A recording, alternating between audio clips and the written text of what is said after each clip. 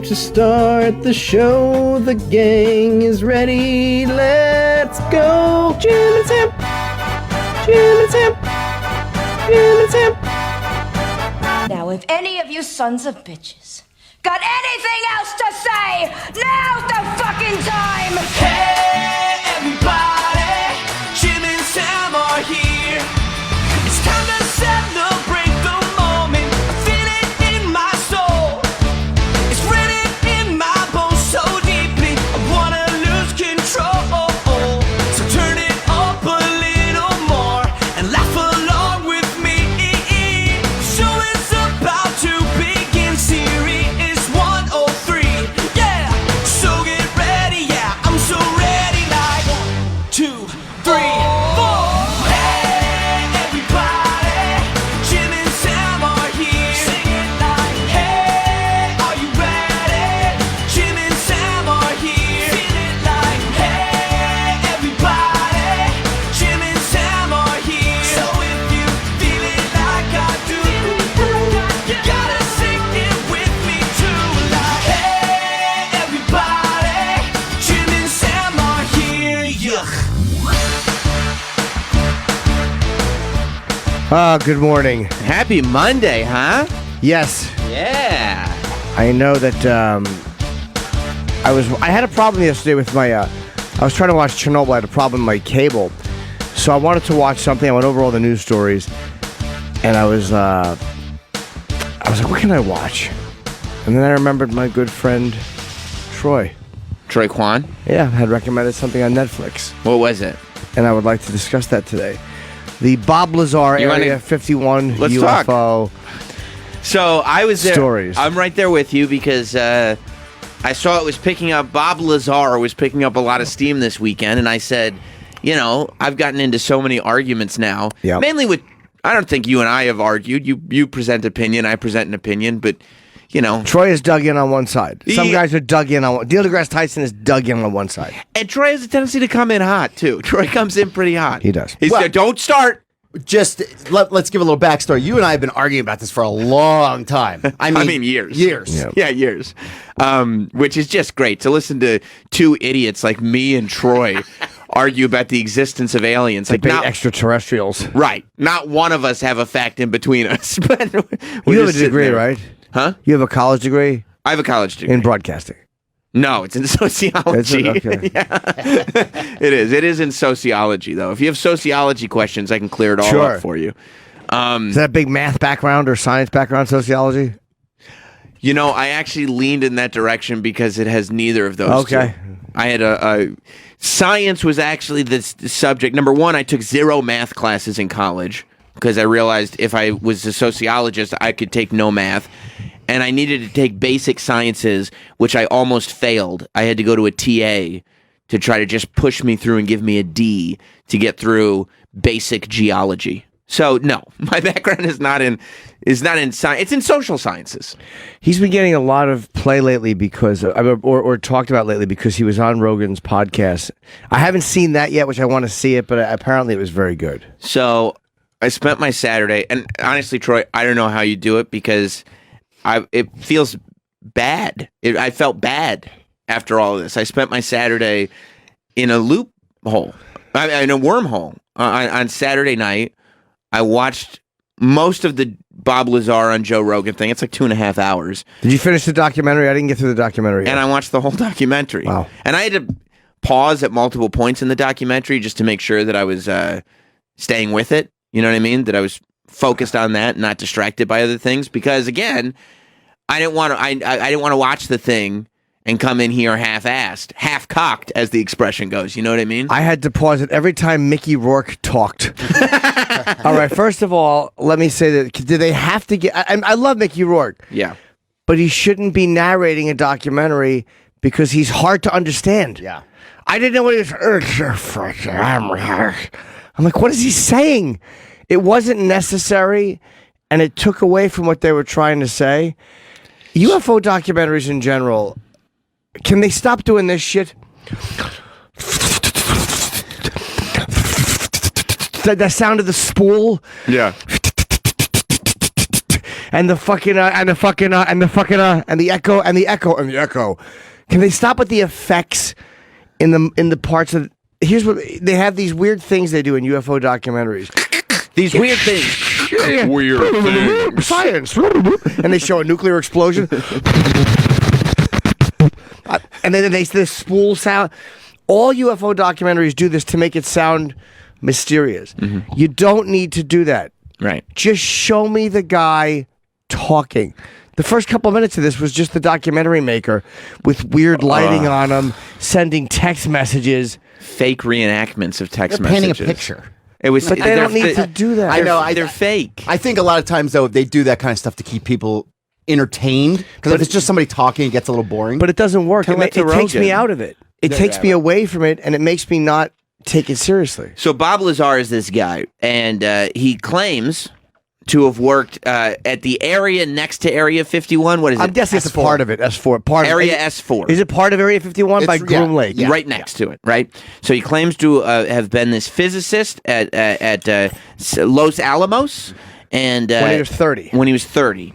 And there's evidence that he was at Los Alamos. The newspaper article, he attached a jet engine to a car, and he worked at Los Alamos. He met a guy. He ends up leaving Los Alamos. The guy recruits him, and he says he ends up working at Area S4, which is where they had alien technology. He said very early on, he said he went to MIT and one other And Caltech. Caltech. And he said he got there and he saw all this alien technology. He saw a flying saucer. He said there was technology that pushed his hand away from material the way two magnets that are the same push back. And it's just all this technology that doesn't exist. It couldn't exist in humanity. Reverse engineering. And so he said, yeah, that the job was to reverse engineer a spacecraft so that they could adopt alien technology and figure out how to build their own through what they had found somewhere. How long did he say he worked there for? At Area S4? Yeah, I couldn't get a timeline. Do you know, Troy, how long? Yeah, it's a little unclear. Yeah, I don't think it was that long. Yeah. A lot of it's a little a lot unclear. of it's a little unclear. I gotta be honest. I watched this, and I don't believe him. I hate to be the dick. I don't believe him, and here's why. I want to believe him. I want him to be telling the truth. I know you want to believe him. Troy's been grooming you very well. No, but it's a fascinating story. Yes. But the bottom line is, there's no record of him applying. All right, fine. The government may not Wiped him out. wipe him. There's no record of him at Los Alamos except for that newspaper article and in some dumb phone book. Mm-hmm. There's no record of him at Cal State, Or Caltech, whatever or it is. Cal State, and MIT. There's only records from his friends are we would one guy said I would drop him off and then pick him up at the library. Yeah, that's the. It's like that's the best you can do to prove you went to two schools. And yeah, they also had ID. Yeah, ID from the schools. Okay, ID. That's definitely something. But how do you not remember who your professors were? Has he ever said who his professors were? Who his classmates were? He doesn't want to say. Has he said why? They went back to the school and he showed people around where stuff was. That doesn't mean anything. Did he know anybody there? Did he know? Could he talk about one person he went to school with? He I don't know says if they did. He said he didn't want to. He said on the Rogan show That kind of makes sense. he didn't want to because it would subject them to the same things that he's gone through. Look, I mean, the documentary is not. Wouldn't subject them to anything. It would just be like, did you go to school with Bob Lazar? Sure, I remember him. Well, no, because then the government would wipe them out too. The government already knows who they are. The government but if they is not going to start give you your talking- school records. You- But, it but would any wipe them out. association with Bob Lazar is a bad thing. Does he have a diploma? I don't know. Wait, does he has to have a college degree. The documentary comes off like, I mean, the filmmaker is somebody that I really have an issue with because he comes across like just a guy who's trying so hard to make you believe something as opposed to a guy who's actually going through a real story. I think if you want to believe it, you could watch and be like, oh man, the Rogan interview is way better than the documentary. I'm sure it is. The and that's what I wanna documentary is see. not good. I was interested in the guy, and the idea of reverse engineering is fascinating, and the way he was describing it is interesting. But the whole thing under hypnosis, when he comes out and he draws that stupid spaceship, it's like a third grader's drawing. That's what you remember? Just a little circle with 3 jets under it. The spaceship looks exactly like the flying saucer and the alien. Like they look exactly like 50s sci-fi. I really, really wanted to believe Bob Lazar. And it's not even the stuff that he said about the UFOs. It's the other stuff. And this is what he said about it. He goes, you can get caught up in the minutia. It's not minutia. Right. It's credibility. It's the provable part. It's the provable foundation of an unprovable story. All of us understand that you cannot have photos. No one is saying, where's Bob Lazar's pictures? None of us are saying, how come Bob Lazar didn't steal a piece? We all understand why he can't. They think he has element 115. Except that's the other. Like, But we understand why he can't have physical evidence. No one's even saying, give me a Sure. picture, Bob.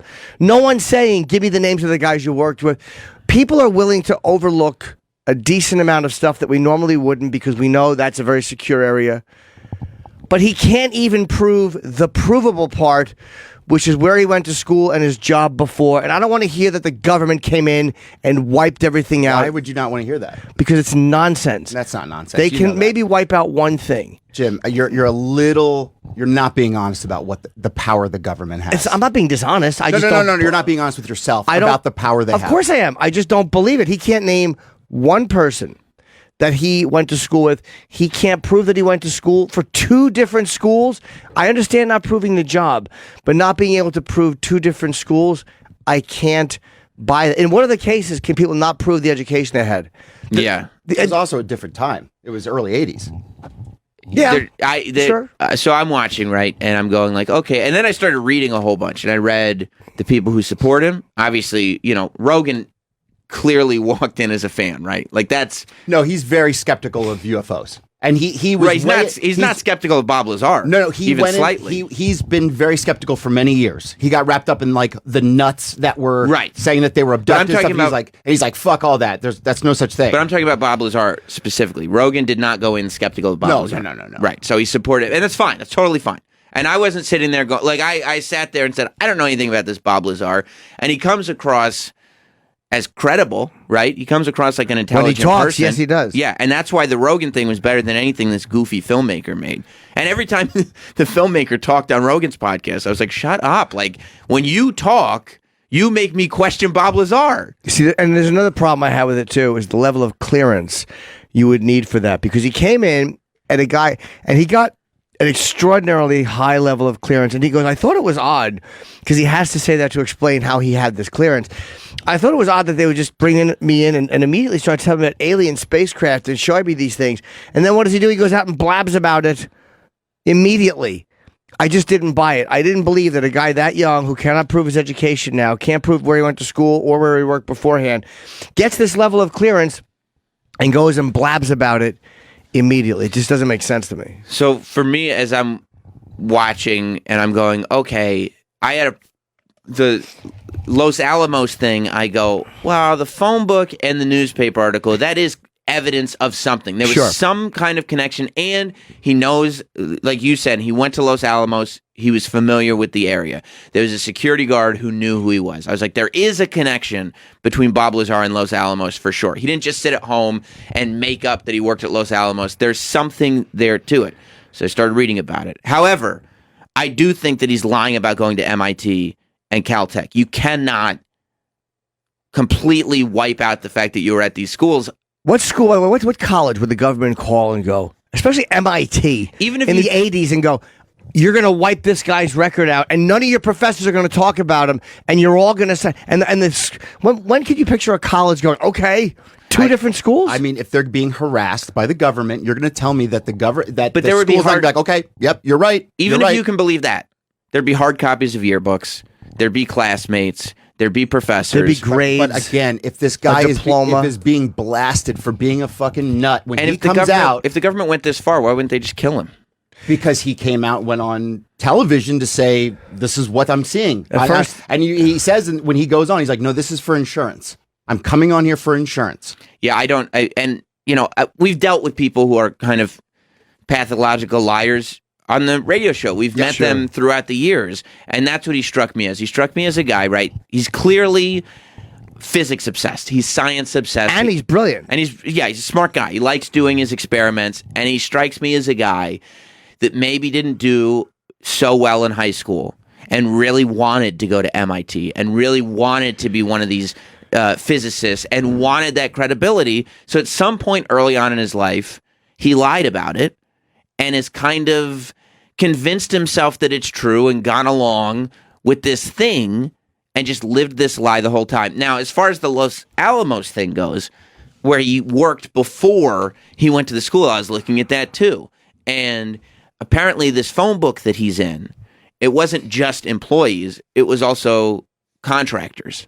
I don't believe him. There is this thing where I go, oh, so he may not have worked at Los Alamos. He might have done work for Los Alamos. As meaning a contractor. He was there for a week doing something or other, and then he just told the newspaper, I work at Los Alamos. Do you know what I think he did? And again, I think he stole someone else's story. I think he's spoken to somebody who went through this because he did know a lot about it. He did know about that S4. He does have a lot of knowledge of propulsion systems. But the stuff I heard him say, and again, just what I heard, I have never seen him give a talk, was stuff that a smart guy could learn without going to MIT or Caltech or whatever the other school was. I think that he heard all of this from somebody and gave descriptions of what he heard. There may have been somebody he talked to who went to MIT and Caltech and then did go to this place and did go through this application process because he did know a lot. But then how would he know that stuff? Maybe he knew somebody who went through it or he spoke to somebody. I don't know, but I don't believe the whole school. There's always something. There's always something. Yeah, I think if you go into it skeptical, but it's not. You're going to find loopholes of like, oh, this is wrong, this is wrong, this is wrong. If you go into it as like, oh, this is the information I want to find, then you look at it like, oh, that's interesting. I didn't go in as a skeptic. I went in as a guy who wanted to believe him. I couldn't believe the level of holes in the story. The minute I started the UFO, well, you're talking about the production of it. He has nothing to do with that. But it was getting to nothing. There was nothing happening. Yeah, the documentary I thought did him no favors. No. But if you let's look at it like, you'll discredit. Okay, his school. Okay, the guy's a quack. He doesn't know what the fuck he's talking about. But he's talking about element 115 30 years before they discover it. So what about this? So I started thinking about that too because I go, there is this possibility. I mean, there are little things where I hand go scanners. Right. That's why I think he got the information from somebody. That's why I think he spoke to somebody. I think there is the possibility that he did do some stuff with or for the United States government. Like, I think there is the possibility that he did end up at Area S4. I don't think that he was a high-ranking person, and I don't think he ever claims to have been a high-ranking person. But I also think that there's this idea that I'm sure that there are advanced technologies. I'm skeptical as to whether they're extraterrestrial technologies, but I'm sure that there are advanced technologies that the United States government works on the same way every country has advanced technologies. That's what governments do. That's how we get to space. Is it possible that the government was like, this guy is lying about his educational background. He's got no credibility, but he's pretty smart. Maybe that's why they brought him in. Because they go, he's not going to reveal secrets. He's going to think this is all alien junk, and nobody's going to believe him anyway. I don't know, because he was reverse engineering things and talking about what he was talking about with gravity and with those three things at the bottom of the ship, those three, like, whatever, the three-pronged thing at the bottom of the ship that would turn and it would fly. That to me that's a reverse engineering. By the way, Canada has a point, and this is where, again, maybe I think he got his information from. Let's go to Ken. What's up, bud? Hi. I don't know if you already mentioned it. I was distracted at work, but you talked about Bob Lazar mentioning element 115 years before it was ever presented on the periodic table. So element 115 was this way that they were able to... Where'd he go? Oh, I thought that's all you wanted to bring up. No. He was mentioning he was a brothel owner. Was he a brothel owner? Or he was part of it. He was part of it. Yeah, he was involved in putting security cams in the brothel. He was saying, I thought he was a part owner of it. This guy was saying he's a brothel owner. Maybe that's where he learned it from. He might have talked to somebody who went to a brothel. It might have been one dude. It might have been one of the scientists who was a fucking regular or who went to, like, he may have met somebody through some weird way where the other guy wouldn't go, no, I was getting hookers. That's how I know him. Right. I mean, I think a guy could be walking down the street and meet somebody. I mean, you can, but if brothels attract a wide clientele. And you Yeah, probably, but you could go to the supermarket. That attracts. but you a wouldn't wide sit there and clientele. talk to somebody there. You wouldn't have. It's not a weird place to meet somebody where you might be. If I went to a brothel, I just wouldn't start shooting the shit with somebody, especially the owner, like about Element 115 and stuff. You do. There is. It's like one of those things where you guys are reaching for ways to discredit anything no, I'm that not. was said. Dude, the school So- thing is so big, I can't get past Yeah, it. and because I think you're reaching more than Jim is to allow these holes to not matter. I want to believe this guy. Are you kidding me? I want to believe him badly. And I'm like, there's always holes in the theory somewhere, and that's a part of it. And yeah, the government can discredit you. But to be both universities, no record of them, 100%, I do not believe that. It's an impossibility. I know the government's, if this was 1930, but in the 80s, Yeah, the I way mean- records were kept, I do not believe that the government's It's all bullying. hard paper. So all you have to do is just go destroy the paper. It's not like there's digital files of but it. people have it. You're not going to go to every single student and you guys- destroy every piece of paper. He was known in those local papers as this guy, Bob Lazar, is a fucking nut. He's saying this shit. The government's like, discredit this guy. This guy's an idiot. Nobody wanted to be The involved with Harvard him. didn't discredit the Unabomber. Well, Unabomber's you a know- little bit different. But- It's a little bit different. but you know what I'm These- saying? These are government top secrets. Yeah, so why would they This give is- clearance to a guy whose I education think is it was up in the air? It was a different time. It in was the 80s? Yeah, nobody knew about Area 51 till Bob Lazar came out of it, and then Obama comes out, and 25 years later, it's People like, okay, have been there's talking an about Area Area 51 since before the 80s. Oh This my is where it God! started. Since I almost remember hearing about that since the 70s, since I was a kid. Yeah, Area 51 wasn't started with Bob No, Lazar. he might have made it more popular, but the Area 51. Can we look that up when it was started to be talked about? I don't think that was just talked about in the 80s. No. I don't think so either.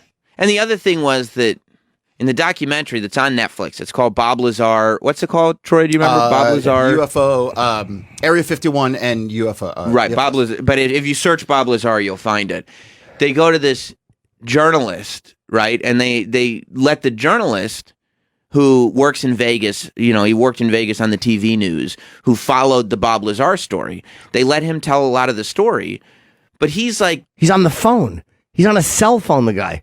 They're having a big part of that is them having a cell phone Right. conversation. but the guy is also like a huge UFO guy. Like he's one of the hosts of Coast to Coast. Yeah, of course. So, it's one of those where he's got a vested interest in this story being true.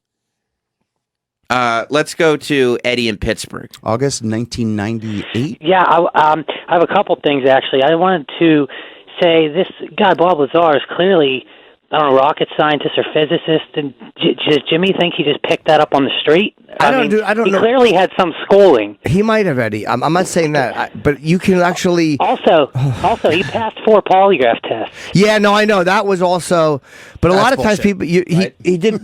No, but a And lot he of never, times, wants to do, he never wants to do interviews. They have to seek him out. of and course beg they him to don't. come He's not out. profiting from of it? course, I'm not saying he's making money. I'm not saying Filmmaker that is. he's. You're right. He doesn't do interviews probably because now the more time goes on, the more people want to get into the specifics of it. And Eddie, the fact that he passed polygraphs, I was impressed with that. But a lot of people who are pathologically lying can pass a polygraph because they actually kind 4 of of them? Back to back. Like if you four? believe what you're saying. Yeah. Polygraph doesn't test the overall truth of something. It tests if you believe what you're saying. But and it if wasn't you're- just one. That's the thing. It was over and over and over. Like, Dude, how I many times- understand. I know, and I hear you. You'd pass the But you third can't- one for the One same could be a reason. fluke. Okay, Eddie, But- I'm going to put you on hold. I'm not going to hang up on you, but you would pass the first one for the same reason you would pass the third Because one, right? you believe it. Yeah, because on some level, dude, he's told the story so many times. Some people are just comfortable telling a story like that. The education thing, I cannot get by. I Yeah, I can't mean, get by it. It's one of And the those level of things, clearance too. that they would have had to give him way before he would have had it. And this is answering your question. You said you've known about Area 51 for years and years and years. Here's a letter I found from the Department of Air Force, August 1998. This is a response to your letter of the Secretary of the Air Force regarding Area 51. Neither the Air Force nor the Department of Defense owns or operates any location known as Area 51. No, I understand. They don't but call it that. They probably call it something else. I mean, We're talking it's about like you said people- you've known about Area 51 Everybody- for years and years. Troy, you knew about Area 51 before Before the 1998. 90s, of course. They were speculated it was a about. Rumor. It was a rumor, but it's been denied. They just would. Yes, the official word was they wouldn't Right. say it. You're right. But, But again, with Area Obama. 51 has been public knowledge for decades. I don't know Yeah. if it's public knowledge. It was just a rumor. Everybody knew about it. Where was it posted? Where would you learn about Area 51? Did you know about it?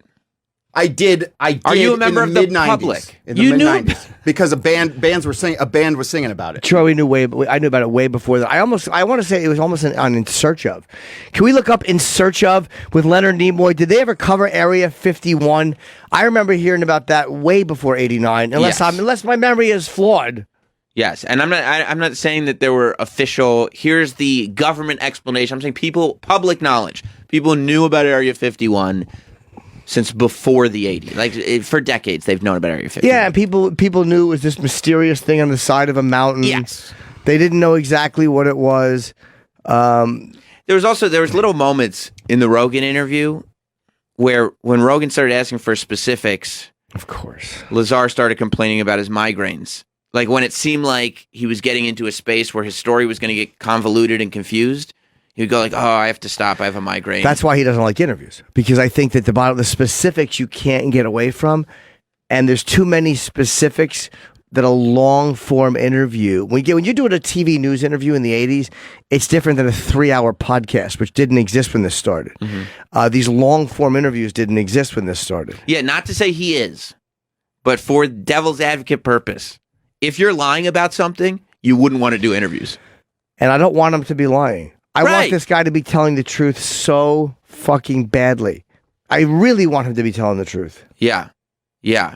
But doesn't that bother you on some level, Troy, the education thing? Like not being able to prove, not one school, but 2 schools and a major form of employment. I mean, he was 30 when all this happened. Of course, that's a hole in the story. But when he has said multiple things from 30 years ago that have come true, and now they're going, oh shit, Bob Lazar was saying that 30 years ago. You know, that's like, then how do you not look at that and go, that might be right? But we are looking at that, saying that But that's then true. you'll discredit the entire story because he may have gotten those things from somebody some else. guy in a brothel. Or or another guy that he knew, or he might have stole someone's. What's more feasible to you? I mean, that's fairly- that the government wiped out someone's education completely from 2 different schools and job, or that he heard somebody talking about something or got information from a third person. So if you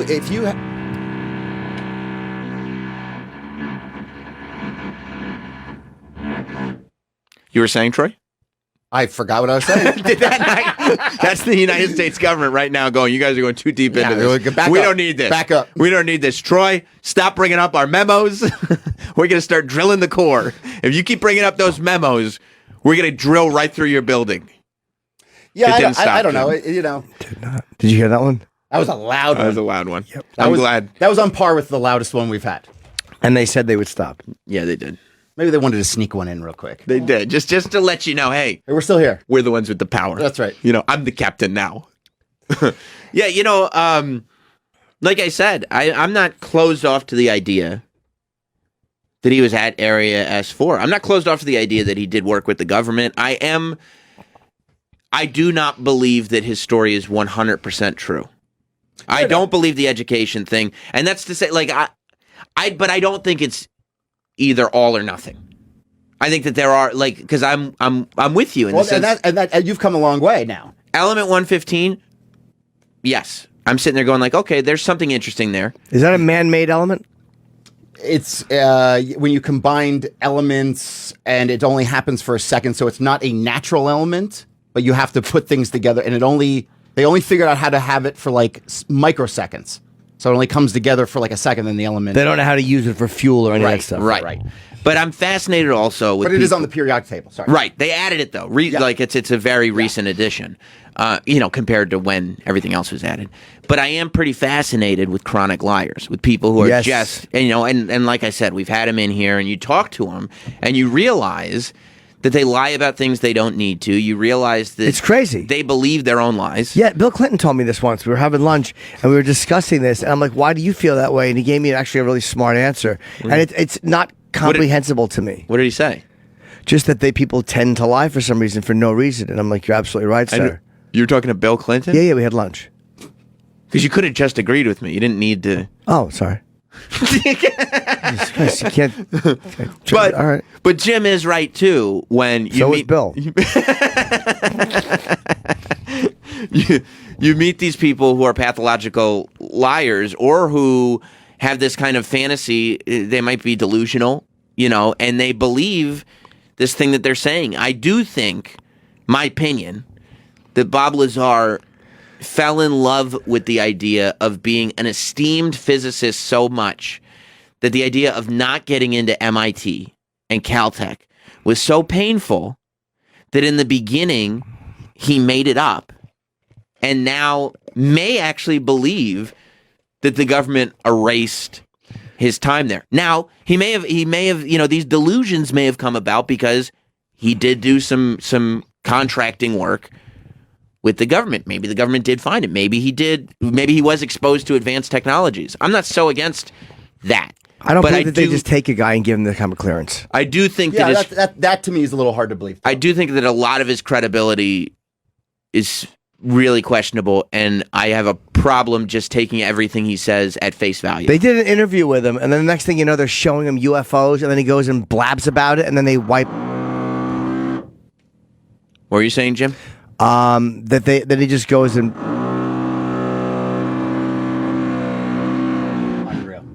Go ahead, Jim. That's a Sirius.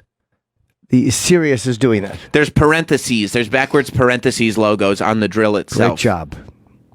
Unless people are paying for this, by the way. Lots of money. A lot of money for a subscription. Yeah. And they can't. It's a bill. It's 7:30. They said they wouldn't do it in the morning. East Coast drive time, baby. And they're doing it in the morning. This is the most important hour of New York radio. Yeah. It's and that's what they're doing. We're trying to get to the bottom of UFOs here. Yep. We're getting interrupted right by under us. A giant drill. So anyway, let's go to Ray in Arizona, who's been listening to Bob Lazar for 10 years. What's going on, Ray? Hey, what's going on, guys? Hey, Jim, Sam, how you doing? Hi, Ray. Hey, man, I've been listening to these guys for a while, man. I listen to you guys too, Jim. I'm in a program too, man, so I've kind of had a little kinship to you. I almost got 15 years clean myself. Oh, great. Yeah, I just, these guys are legit, man, I think. I mean, I've been listening to them for you. I work overnight, so I'm always listening to these guys before I listen to you guys in the morning, working these hours. It's 4 a.m. here in Phoenix. And granted, he might, sometimes on Coast to Coast they have some guys that are way out there, but this guy, he seems like he's constantly always on there. And Alex Jones, guys you guys know very well, that was part of his stick too. He used to talk to these guys all the time. Well, Ray, let me ask you a question. Okay. Does Bob Lazar not like doing interviews, or is Bob Lazar on Coast to Coast all the time? Because if he's on Coast to Coast all the time, then it would strike me as saying he's the guy who likes doing interviews when he's not going to get challenged. Well, here's the thing, Sam. Every time that he's on there and anybody else that comes on there, they pretty much verify what the guy says.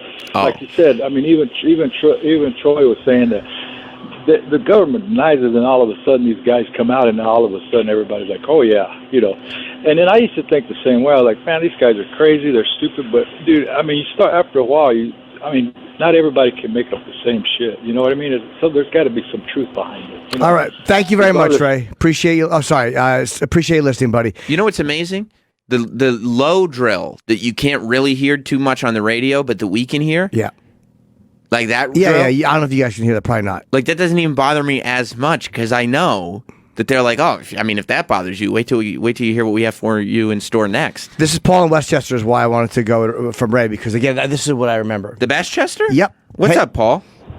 Hello, Westchester. Hello. Yeah, definitely. Can you hear me? Yes, sir. Yeah, in August 1959, there was a project called Oxcart at Groom Lake, and it was to develop anti-radar studies and aerodynamic structural stuff. And they renamed Groom Lake Area 51 in 1960. So it hasn't exactly been a secret. And finally, the CIA acknowledged in 2005 that Area 51 existed for research on, radar cloaking and stuff like that. Things that you've been saying for the last week have been stuff that they didn't want everybody to necessarily have information on as to how far they had come across with research and stuff like that. Okay. Yeah, thank you, buddy. Thank you, Paul. I think that's another Yay. I get to hang on a second. So no, I was just saying, I think that's another possibility that all this stuff that there are areas of the government shrouded in secrecy. Sure. But maybe there's advanced technologies that they don't want everybody being aware of, specifically their enemies, It's not always aliens. What was it? The Tuskegee Airmen they called? Did they give them syphilis? Yes. I mean, they kept that secret for a while. I mean, it did come out, but That's another thing. I mean, the man. government couldn't keep that fucking quiet. I just felt bad because I watched that, and then I watched the Rogan interview, and then I watch other interviews with Bob Lazar, and then I start reading, and then I watch interviews with other people, and somebody's going like, "Oh, well, Bob Lazar said he saw aliens," and I go, "He did," and I find that clip, and he says, "I saw for a moment, I saw something that looked like an alien. It could have been a dummy. I don't know." And then somebody goes, "Oh, well, they were doing human experimenting at the time." And I go, "What?" And then I go down this other rabbit hole, and they're talking about how at the time they were doing human experimenting, and that was probably what he saw. They were changing the way people, and I'm going like, "Oh my God, what is going on in this world?" It's like a bottomless pit. You can't do it. Yeah, yeah. I'm like, wait, I want to go back to watching my wrestling. You Just know, Bob like, Lazar. Oh, it's more believable. Let's go to Larry in Massachusetts. what do you believe, that the Undertaker is dead, or that Bob Lazar worked with aliens? I figure that the Undertaker is better at proving what he's trying to say, so I give it to the Undertaker. You say Larry in Massachusetts? Yes. What's up, Larry? Hi. Hi. Jim was talking about the age of people having clearances. You can be cleared very young. There are projects within the government. I personally was cleared when I was 19. The first time I was cleared, I was 19. Can we ask what you did, Larry, or what kind of thing you were working on? I was a spook. Okay, doing what? I performed, the first thing I did was maintenance. I fixed equipment. Okay. And then worked in operations, and I bounced around, but most of my time I did spend in operations. Were you in the military? Yes, and I was a contractor as well. I spent 10 years as a defense contractor. I had 14 years service in the military. Oh, okay. And I was in the military. I was cleared. I wasn't cleared. I was interviewed for a White House job, which I didn't want. But I was also 19 when that happened. So the selections can be made very young. And there are actually programs within the government where high school kids are cleared at a very high level and brought in as apprentices and trained in the business without ever serving in the military to have it as a civilian career as a government employee. So you can be cleared very, very young. And now I think Bob Lazar is a crackpot. But you have to understand, too, as a devil's advocate, that the government funded a lot of projects in the 80s with Reagan's Star Wars, and still to this day, the government funds a lot of research at highly technical and prestigious colleges. So if they want that funding, they really do have to listen to what the government wants them to say and do, because even to this day, the government funds a lot of defense research at universities. That's a good point, thank too. you, Larry. I don't believe they could wipe out his total education, but that is a good point. Yeah, because they'd have to not just get the university to wipe them out. They'd have to get everybody. Every person, and he's not naming people. Like, if he was naming a bunch of people and they were all going, yeah, I remember him. Why would he do that? Why wouldn't he? To prove that he was a college? So why would he drag people into this mess? Dude, who goes into a college as Hang on. What were you going to say?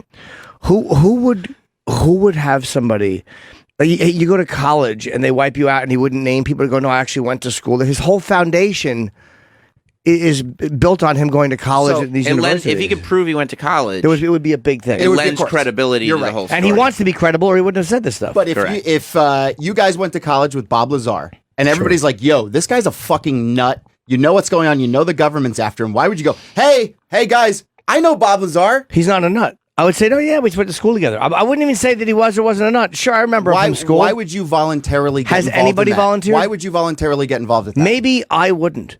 But are you telling me that nobody would? Yeah. Somebody would. Yes. Nobody in those two schools. If you're in fear of your life and your family's life, the government's not. I mean, Jim. You're talking about Jim, thousands of people. Troy, nobody from either college and nobody from the school. Yeah, I mean, I'm sorry, nobody from the job. I understand that. But it's why would you voluntarily get involved in that? So again, see the number of people have to be involved. It's the government has to want to silence him. The schools are now in on it. So it's the government. It's the schools. It's his professors.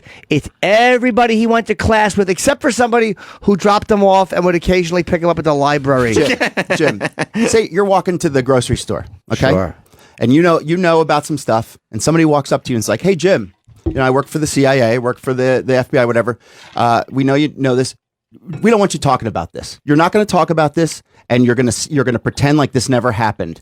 And they walk away, and you're going to go, oh, you know what? Fuck it. I'm going to go talk about this to the media. You're going to go, what the fuck was that? I don't want to lose my life. I don't want to endanger my family. I'm going to keep my fucking mouth shut. But do you see, all of this is This is almost. Well, you're speculating too. So no, I'm not. I'm saying that I'm saying that there's no speculation. Nobody from the school has come out.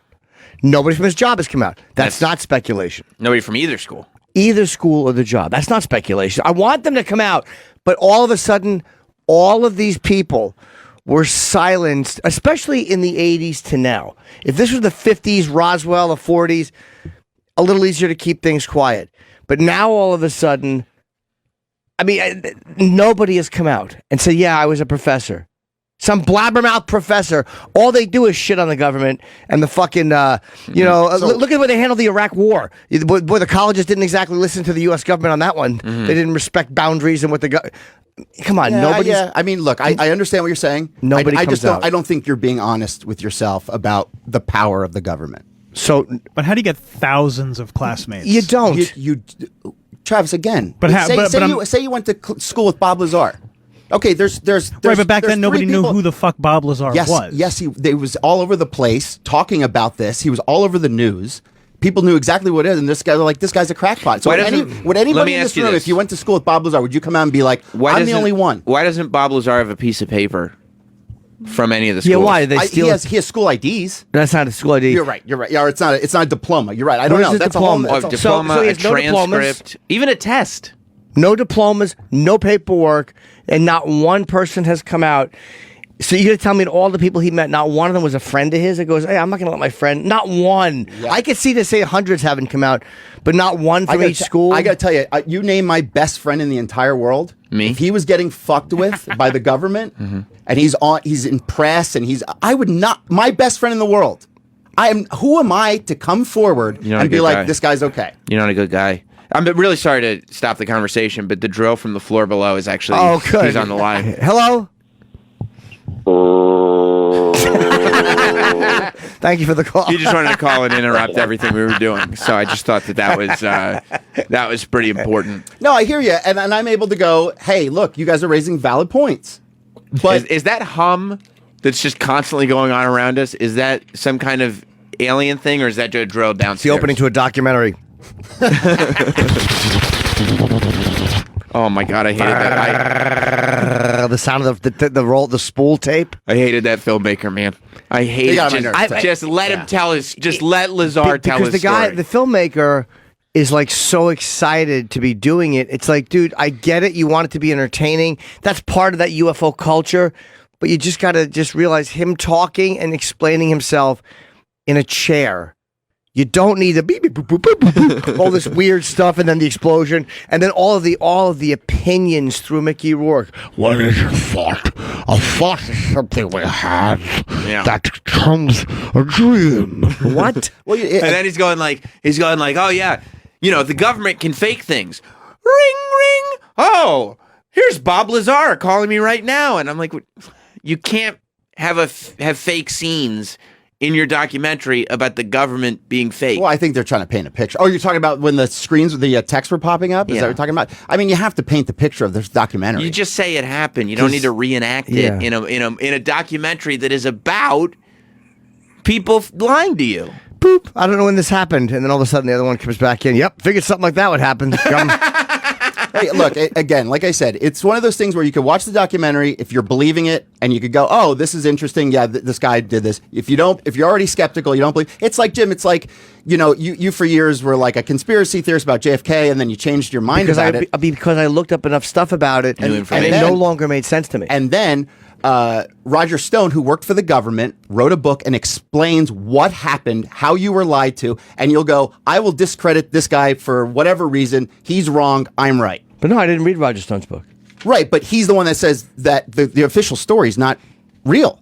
Yeah, he might be right. He worked for the government. Yes, he did. But you'll completely go, no, I'm sticking with my story. Not necessarily, no. I mean, I haven't read Roger's book. I went into this open mind. I did not go into this close. I was stunned with the level of a hole in the story. Yeah. That I didn't realize that he couldn't prove his education. Like that's a basic thing. That's it. That's it. That'll be like if I told you I shot a special, but there was no evidence in my special. You'd be like, "What the?" Like that's the holes of the story shouldn't be the provable part. The provable part of I went to this school, I went to that school, I worked here. Those are like the concrete things. And then the minutia is it's not your education. The minutia is, well, how did he get to that? How did he get to this fucking S4 every day? Or where was his building ID? Or all this. Those are the minutia, the things that you might not be able to prove. And we accept that we can't prove certain things. But where did you go to school? And he's relying on the fact that the people will believe, government took it. Again, there's always this vagary. I'm not creating scenarios. I'm like, where is one person he went to school with?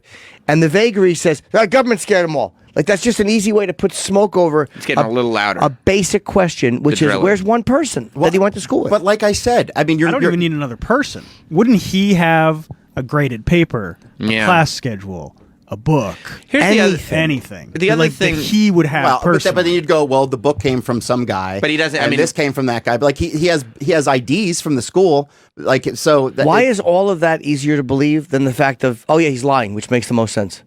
I don't know. He could be. And also, this is what I always wonder, is you say, like, well, we want to believe whatever the government is feeding us. Like, you understand the information that you're getting about Bob Lazar is being fed to you by people who want you to believe that that this is all true. Right, Bob Lazar is not the end-all, be-all of this story. This is just a very small piece of the puzzle. Now, you can go to all the new stuff that's coming out, and this is just another little fraction of it. Now, is Bob Lazar lying? Maybe. Maybe. Okay. But then is the government lying? Is the Wall Street Journal lying that there's stuff up there? Is the New York Times lying because they're reporting this? It's like, it's either you believe it, do you not believe them? Are you not believing? No, I typically don't believe them. But the fact is, I believe Navy pilots saw something that they weren't sure of. Yeah. So that's why I made that credible. Because what's provable? Because there's radar video, and you can hear the guy's audios. And if it is to be believed that it is actually that's the true audio from that, you never know. That audio could have been superimposed over that fucking radar image.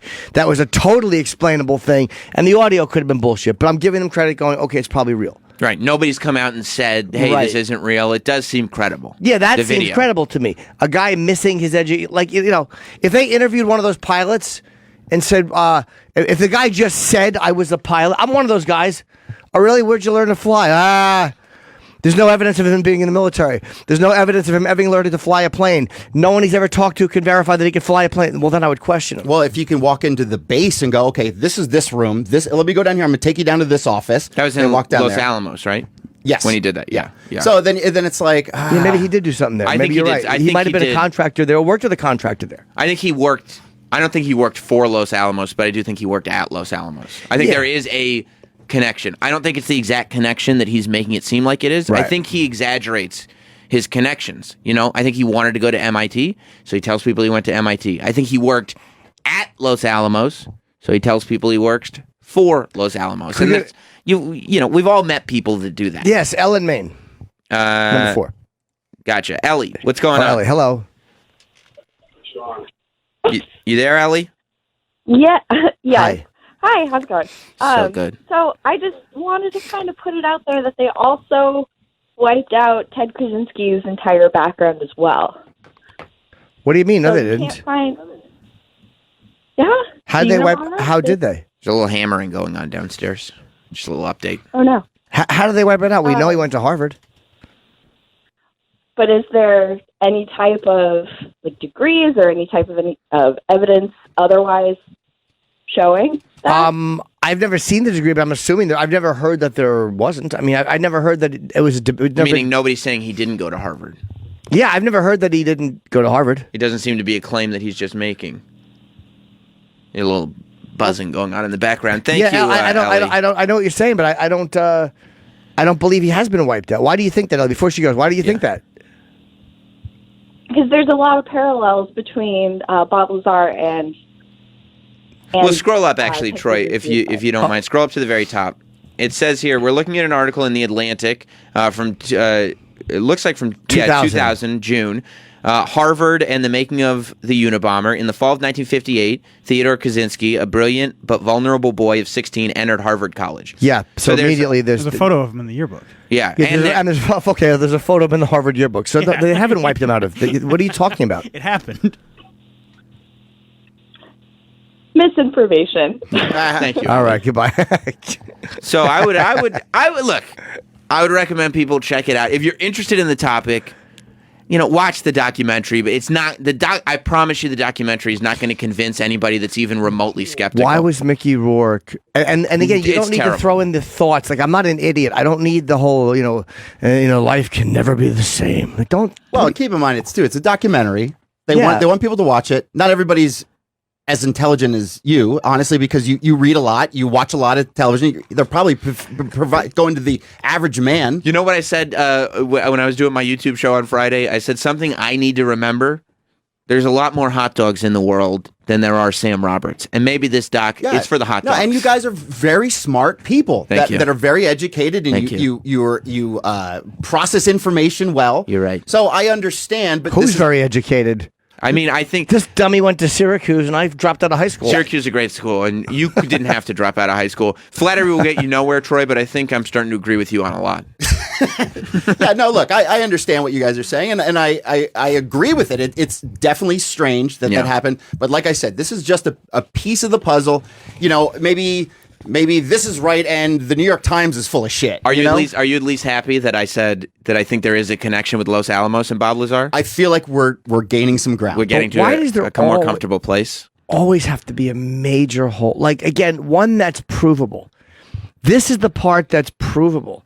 Where you went to school. That should be the foundation that everything is built on, and even that can't. It's like, come the fuck on with these guys. But then, why can't you say, look, that's a hole, okay? It's a major hole. But then you go, okay, well, he's not making any profit from it. Sure. What does this guy have to gain? Some from people just like the notoriety. You're right. I'm not saying that he's a greedy piece of shit. So why doesn't that kind of go? Okay, the education's fucked up. I think ego's part of it, though. I mean, I think that's why you lie about going to MIT, because you want people to think that you're the guy who has this information. That you're a MIDI. Why would you put yourself? Why would you put yourself in harm? Why would you put your family and friends in harm? They all got audited. They were talking about. I mean, I'm sure if you go to his family, like, did you get audited? They're gonna, all of them, and get harassed by the government. If he's saying that, why? Like, I would assume that would be the truth, because you could go to his family and find out. Yeah, maybe. So I don't know why. But this just proves the point that if you don't want to believe it, like, you won't take the evidence that's like, oh, that's interesting. Yeah, that kind of makes sense. But if you do want to believe it, you won't take the holes and go, that really. It's the same on both sides. Right. That's like, right. But it's not. I'm willing to believe him. I'm willing to believe him. But you can't prove where you went to school twice or worked. That kind of makes it difficult. Those are major holes. Hey, you brought up Roger Stone a little bit ago. Yeah. Is he really getting in trouble for violating his gag order on social media? Because if that's true, I thought we had an understanding that if Roger Stone, the whole reason we're taking all these goddamn Roger Stone phone interviews is so that he violates the gag order on our show. I'm reading these articles that they say Roger Stone violated his gag order on social media posts. Roger, we have you on so often. Whenever they say, hey, Roger Stone wants to call in, we go, no problem. If you're going to violate the gag order, I thought it was kind of like unsaid. Yeah. That you would do it here on the show. It said federal prosecutors in a new court filing Thursday alleged that longtime Donald Trump associate Roger Stone has violated his gag order in his criminal case with recent social media posts. Quote, in the past several days, Stone posted statements on social media about this case and the special counsel's investigation, and appears to have specifically targeted those posts at major media outlets. So Roger Stone, he got in trouble. He's Instagramming about the judge. He was doing this. He was doing that. He's supposed to not talk about the case whatsoever. He can't help himself. He calls in here. We try to get him to talk about the case. He doesn't talk about the case. The reason we try to get him to talk about the case is not just because we want the headlines. It's because we would like him to violate his gag order, and so we would like to be a part of the case. Yeah. Jim would like to be subpoenaed. I want to be mentioned, and I want to be flown first class to D.C., put up in the hotel, and asked to testify. You could just drive. It's not that far. Yeah, I know. But your preference is what? First class flight. I see. And a hotel suite. But like, come on, Roger. With a per diem. Do they give per diem? Food buyout. If they want me, they will give a per diem. Food buyout. They want my testimony. Yeah, there is a per diem that's going to be attached. Yeah. A violation of his bail term, which allows him to live at home in Florida, could mean Stone could await his November trial from jail, depending on how they respond to prosecutors' requests. I mean, they clearly just, they're So fucking. he has until Thursday to explain to the judge how he didn't violate the gag order, and then she'll decide what happens. What was the post that he specifically that they're saying he violated the gag order? It was low. The judge shits in her hand and eats it. Why would he say that? Stone's most recent post represented a direct attempt to appeal to major media outlets to publish information that is not relevant to, but may prejudice this case, they wrote. So they're saying that because he's reaching out, first of all, he's been calling our show for weeks. Why can't he say what he wants publicly? Fuck the government. This is really annoying. Because it could influence potential jurors. Oh, stop it. They don't give a shit about influencing them the other way. What are we, chop liver? Also, he was... Yesterday's tomatoes. Yesterday's tomatoes? Like, why isn't the government mad that Roger Stone is calling our show to influence jurors? Shouldn't they be sitting there going, he's calling this big show on Sirius XM and it's going to influence jurors? They make fun of his suit a lot? All we do is rush a strip club promotion. So they probably see us as a different outlet. Really? What about you don't when like his suits? Yeah, we make fun of. Well, no, they're just for my taste. They're a little baggy, almost like a zoot suit.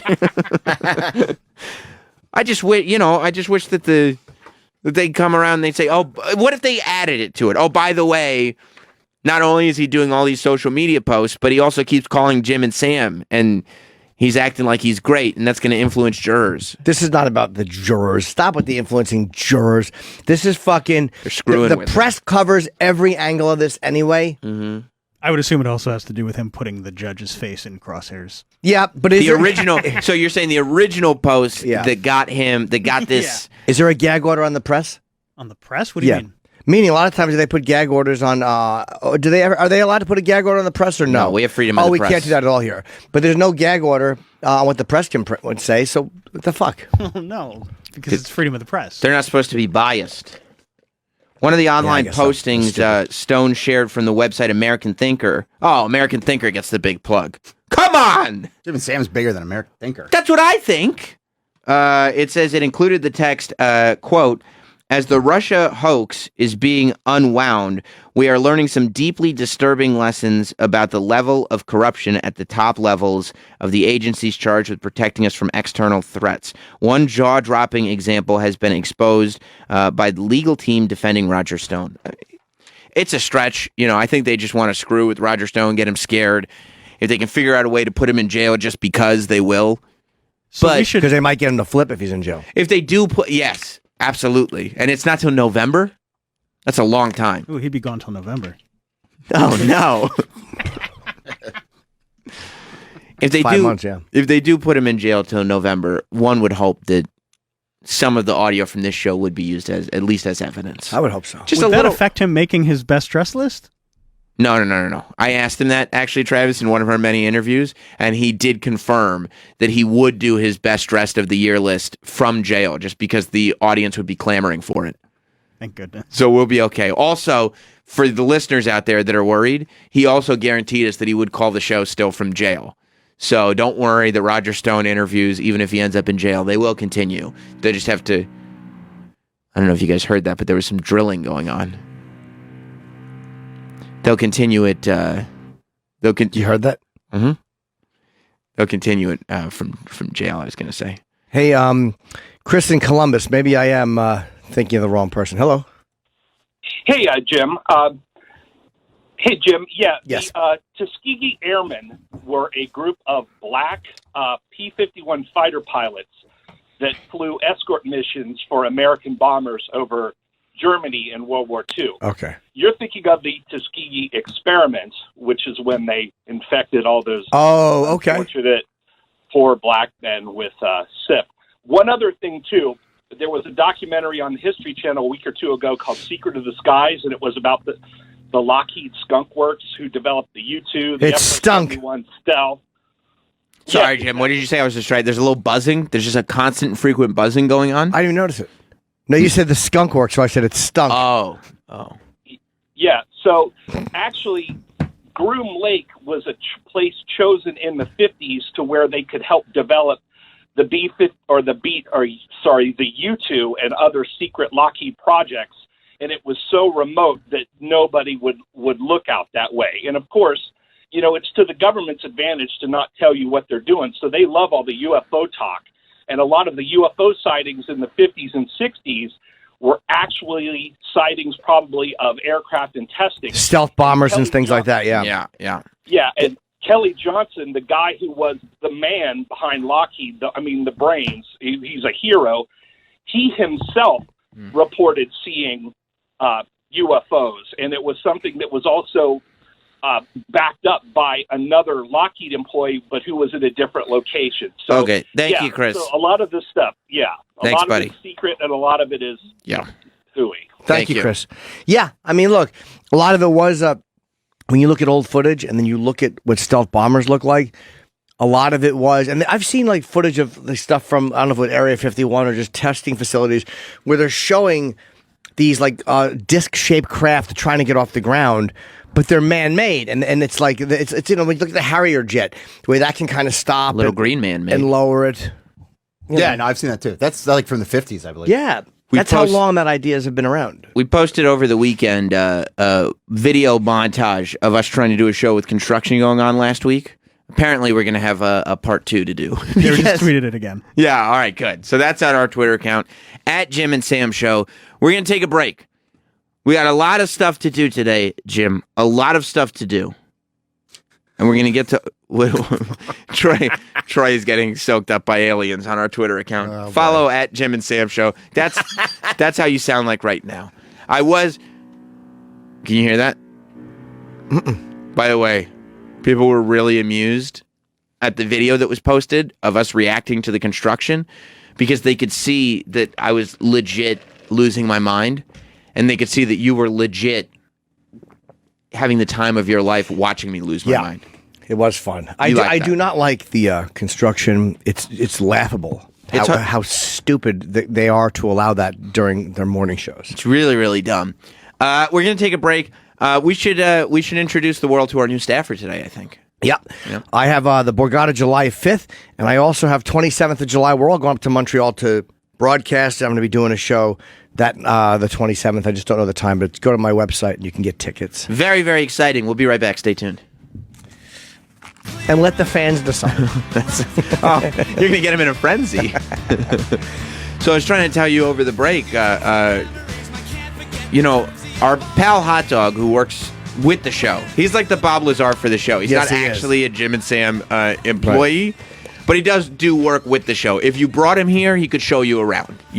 There is evidence that he works here, but he doesn't actually work here. But he helps me out on Fridays when I do my show on YouTube. He comes over and he helps me out. So I texted him on Friday afternoon, and I said, I'm getting some food from the diner. Do you want me to pick you up something? Hold on. Yeah, I didn't want to interrupt. There's loud hammering. So I texted him. I was going to pick him up food. He's coming. I said, do you want me to pick you up something from the diner? He said, oh, great. That'd be great. I said, okay, whatever you want. And he said, just something light. And I said, yeah, like what? He goes, a slice of pepperoni would be perfect. From the diner? I went, what? A slice of pepperoni from the diner? I swear to God, immediately I told, Did he mean pizza or just a piece of pepperoni? He meant pizza, pepperoni pizza. And then he said, oh, I thought it was a typo and you said dinner. I said, you thought I wrote, I'm going to pick you up something from the dinner? He goes, no, I got confused. I'm like, Hot Dog, you want a pepperoni pizza from the diner? Just admit it. And he said something light. And that's his idea of light. What's heavy? A big, greasy pepperoni slice. Yeah, what would be considered a heavy meal? Yeah, and then he goes like, oh, okay, then just an order of hot wings. I was like, pepperoni. He wanted pepperoni pizza from the diner. I understand. We were having a debate as to whether he is Hot Dog more stupid or more pepperoni pizza obsessed. And then we just realized it's just both. Yeah, they're not mutually exclusive. No. You can be both, and indeed he is. No, he is. Wait. There's a frequent and constant buzzing. Oh, no, I wasn't thinking of that. What were you thinking of? Just the Bob Lazar story. I think you just wanted to pause, so I had to deal with the buzzing because I'm trying to move past it. Yeah. I understand. So, speaking of people that work for us, we have a new employee here. Yes, we do. That we haven't introduced yet. So I thought today would be the day. Is he around, Travis? You want to send him in? Yeah, we're. You're not Travis. Yeah, exactly. That's a different voice. I think Travis went to go take a poopy. The way you said it, right? I know. Poopy? Poopy. Travis went to take a donuts for breakfast shit. He really did. Worst diet. He has to drop some Snickers bars in the toilet after eating Snickers bars. Yeah, he eats like lead pencil points for breakfast. His diet sucks. Yeah, Travis is the only person I know who goes, well, I'm giving up soda because I'm putting on some pounds, so I'm just going to start having brownies for breakfast with water. Yeah. I'm like, oh, okay, that should do the trick then. He's on a real health kick. No problem. So, this is very exciting, Jim, because... You don't think so? No, I'm happy to have him here, but we look at excitement differently. All right, well, I'm excited. Our new employee comes from a radio and news pedigree. Yeah. His name is... Yeah, that's right. They don't give out degrees for it. I try to get major in it. I didn't... Ped degree. I know. I didn't say ped degree. Only one D, pedigree. Sure, I'm going to take that test. So you have a ped degree or degree in ped? Yeah. Sure. Phi Beta Kappa. His name is Mike Montone. And anybody in New York, that name would be familiar because, Mike, your dad is legendary newsman John Montone, correct? That he is of 1010 Wins fame. Right. So John Montone, did you hear the buzzing? I didn't even notice it. I did. Did your dad? How many years have you been doing that? For as long as I can remember, he's been the morning drive guy for Wins. I think he was a freelancer when I was like a real little kid, but it's got to be like 20 some odd years now. He's a legend in New York. Yep. 1010 Wins is the biggest news station there is, and he's the man on the street guy. Every single morning, I drive in, I listen. They send him out, and it's been decades. He goes out. And he covers serious stories, he covers goofy stories, but whatever it is. Man on the street interviews. Yeah. He'll talk to somebody. Yes. Yeah. He goes out on the street and he'll get the pulse of New York. Yeah. I'm John Montone. It's He's great, very isn't it? specific. Yeah. And then he ends with some ridiculous pun. We find John Montone like a... Yeah, he goes like he'll cover the Mets. Yeah. Or whoever it is. But he'll always end with a pun. Does he use puns around the house, Mike? Yeah, he speaks the way he speaks on the air is exactly the way he speaks. Bring me my dinner, bitch. Yeah, that's the exact exchange between him and my mother every night. Really. No, yeah, there's actually one of our favorite John Montone moments in the Montone house was right after I got out of the Marine Corps. My brother and I were kicking around the living room, and our mother had just gone food shopping, and I guess someone left a floater in the toilet bowl. And he came into the room to interrogate us, and he's like, which one of you guys did this? I'm like, we're looking at you like, we've been on the couch for an hour. It wasn't us. He's like, oh no, the turd was of recent vintage. Turd timing doesn't quite add up. Hey, how many years were you in the Marine Corps? 4. I did 2007 to 2011. I actually was going to go into the Marines, but I'm a coward and decided not to. That's weird. We have similar military backgrounds, Jim. You and I are the same. Did you go overseas? Yeah, I was stationed for 18 months in Okinawa, and we bounced around the Pacific there. So I went to Thailand a bunch of times, and I deployed to Ramadi, Iraq, like right after I got in. Oh, okay. Did you fight?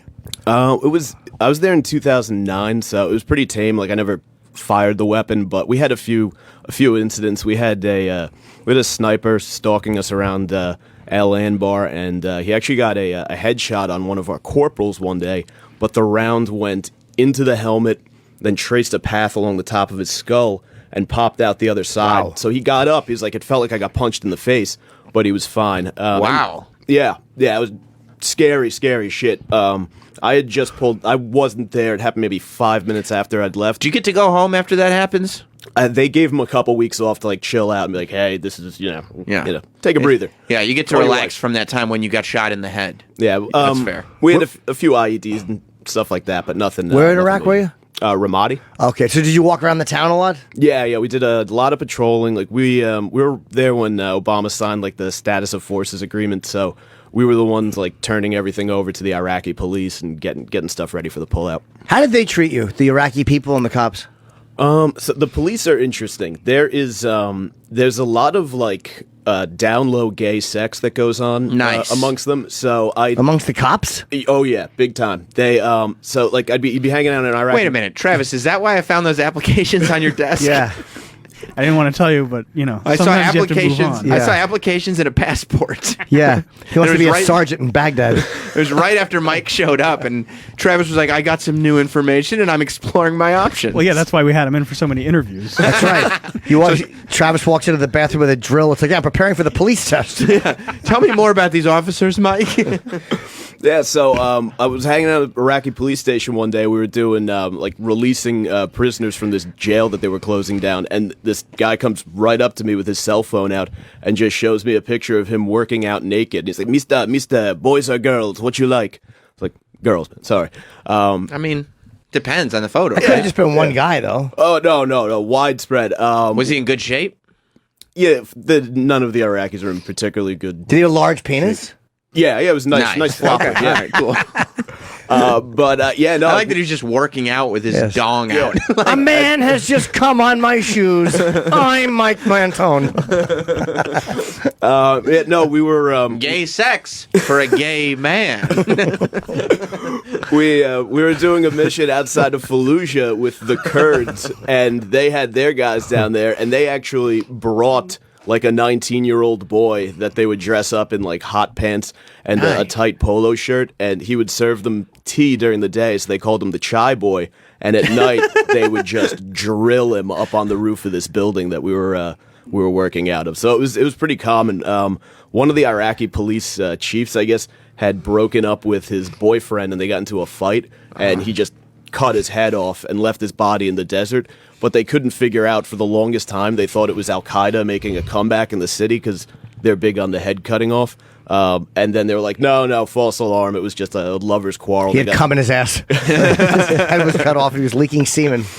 So they found, no, it was just a lover's spat that went awry. Wow. Yeah, because they do that. We've talked about the bachabazi that they do in Afghanistan. Oh, yeah. The like dancing boys. Yeah, Man Love Friday or whatever they call it. After they're done in the market, they all, yeah. But they're young kids, like 12-year-olds. You just pretended not to know. A Man Love Friday, or I mean, what? I don't know. I don't know for sure. Whatever it's called, like it could be anything. I was RSVP to the Facebook event. So yeah, I didn't know that went on in Iraq too. Yeah, it's pretty. It's a big thing over there. I guess it's because they subjugate their women so much. They have them in the the burqas, and they keep them behind. Like if you go over to eat like at a tribal leader's house, something like that, they aside from bringing the meals out, they'll keep the women tucked away. Did you talk to any of the women there or no? No, they really keep them far away from you. There's How about no interaction. The pretty boys in hot pants? Oh, them we talk to all the time. Yeah, Okay, chat all those right. guys up. Do you keep in touch with the chai boy? No, I lost his number on the way back through customs. Someone swiped it. It's too bad. Well, you're like a news guy, right? I guess that's how you were raised, but you're kind of a news junkie. Yeah. So when I was in middle school, my dad used to actually make me read the New York Times over summer vacation, and I would have to. Oh, so you were like the cool kid. Oh yeah, definitely. I got so much pussy because of that. Yeah. But he would make me write like essays about different articles, and end every essay with a pun. It started the summer of the TWA Flight 800 crash, so I developed a horrible fear of flying that took a while to get over as a result of that. Yeah, that I was would a big imagine. one. Yeah, that was rough. Yeah. Was it 95 or 93? I want to say 95. It's like 9. Yeah, it had to be 95. This is around the time I was in 6th grade. It blew up 8 minutes after takeoff. But I love seeing it because, I mean, literally the minute the show is over... 96. 96? The minute the show's over, you're back in the office already, like, scammering through newspapers again. Oh, there's just so much shit going on, and Twitter's great. I love it. You just go on, and it's assholes fighting about things. So much fun. So, when we brought Mike in, we were like, there's a bunch of things you can do. We got to figure out, like, there's the stuff that we need done. But then in terms of figuring out creative for the show, we all thought that we should figure out where you would be best served and play to your strengths and whatnot. And Mike decided to go out on the street. That's where he said he's most comfortable. He wants to go out on the street and cover the stories. He said there's no reason for 10th and Wins to get exclusivity on the pulse of New York. Right, for the Montone family. Right. Absolutely not. You know, that maybe it's time to knock Dad off his pedestal. Yeah, let's pass that torch. Exactly. And if you don't pass it, you're going to take it. Yeah. Yeah. Yeah. Take that torch. You get burned. What, Travis? Exactly right. Just So, talking to Troy with hand signals. Okay. I thought you were waving at me. oh, hang on. There's a little. That's Travis signaling. The hammering? Yeah. Yeah. There's hammering going on. He hits his dick against the wall. Is that what that That's what you is? guys are hearing. You hear it? Yep. It's right under you. Yeah, it is. It is. It just. It sounds like it's just somebody with a mallet. Oh, there's Grant. Do you hear that? Is that my stomach? They said that they would stop it. I think it's worse than it has been. I think they said that they would stop it, and then they're like, fuck those divas. Fuck them. All right, so here, I may have to turn off the mics while we play what Mike did. Why? Because do you find the construction distracting, or you do not? I didn't notice it. Oh, okay. Well, then I'll leave them on, I guess. I guess I'll just leave them on then. Could just add his Foley sounds from his Man on the Street. Absolutely. That's true. It does add character. He was at Pride, and that was the sound his hiney was making. He brought the chai boy with him. Mike went out on the street to get the pulse on what New York feels about de Blasio. You know, he's the mayor of this here city, and now he's running for president. Yeah, he's a charismatic guy. Charismatic guy, Amazing. likable guy. Likeable is the way a lot of people described him. Loves ska, Likeable, which I like. Likeable winner. Do you think that he legitimately is a ska fan? Based on the video footage that I saw, no, I would think he's completely full of shit. But Oh, we can wow, get to that momentarily, yeah. All right. Well, and I'm I'm leading up to this, but really my brain is distracted with a rage for construction workers. Why? I can hear the construction going on as I'm Oh, talking. your ears are better than mine. Oh, really? I don't even hear it. Oh, okay. All right. Well, never, because it's weird because you actually have one ear out of the headphones. I do. I would think you could hear it even better. You'd think. I guess not. Say it stopped. I guess it must be done for good. I was wrong in my guess. Yeah, Jim. you were. I was incorrect. Yep. 0 for 1. Mike went out on the street to get the pulse of de Blasio, and I guess here's how it went. Mayor de Blasio is throwing his hat in the ring. Blasio hopes to catch up with his ability to get under President Bill de Trump's skin. Blasio officially joining the race. The road to the White House is lined with fierce competition. The facts suggest that you absolutely have a Native American ancestor in your pedigree. Congressman Eric Swalwell. Minnesota Senator Amy Klobuchar. Mayor of South Bend, Indiana. Presidential candidate Pete Buttigieg. But America needs a man who plays by his own rules. Ate pizza with a fork and a knife. In my ancestral homeland, it is more typical to eat with a fork and knife. Italian guide to how to eat food, and it very clearly states, pizza si mangia usare le mani. Pizza you eat with your hand.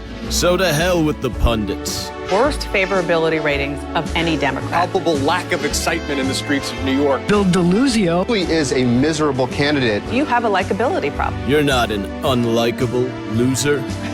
You're a New Yorker. And real New Yorkers know the real Bill de Blasio. The worst chances of anybody I know. It'll be a landslide for somebody else. He's got zero recognition. Frankly, a total idiot. Yeah, I would never live in here because of The him. guy is a big loser. Doesn't seem to make any decision that makes sense to anybody. And the guy's a loser. They also know if you can fuck up here, you can fuck up anywhere.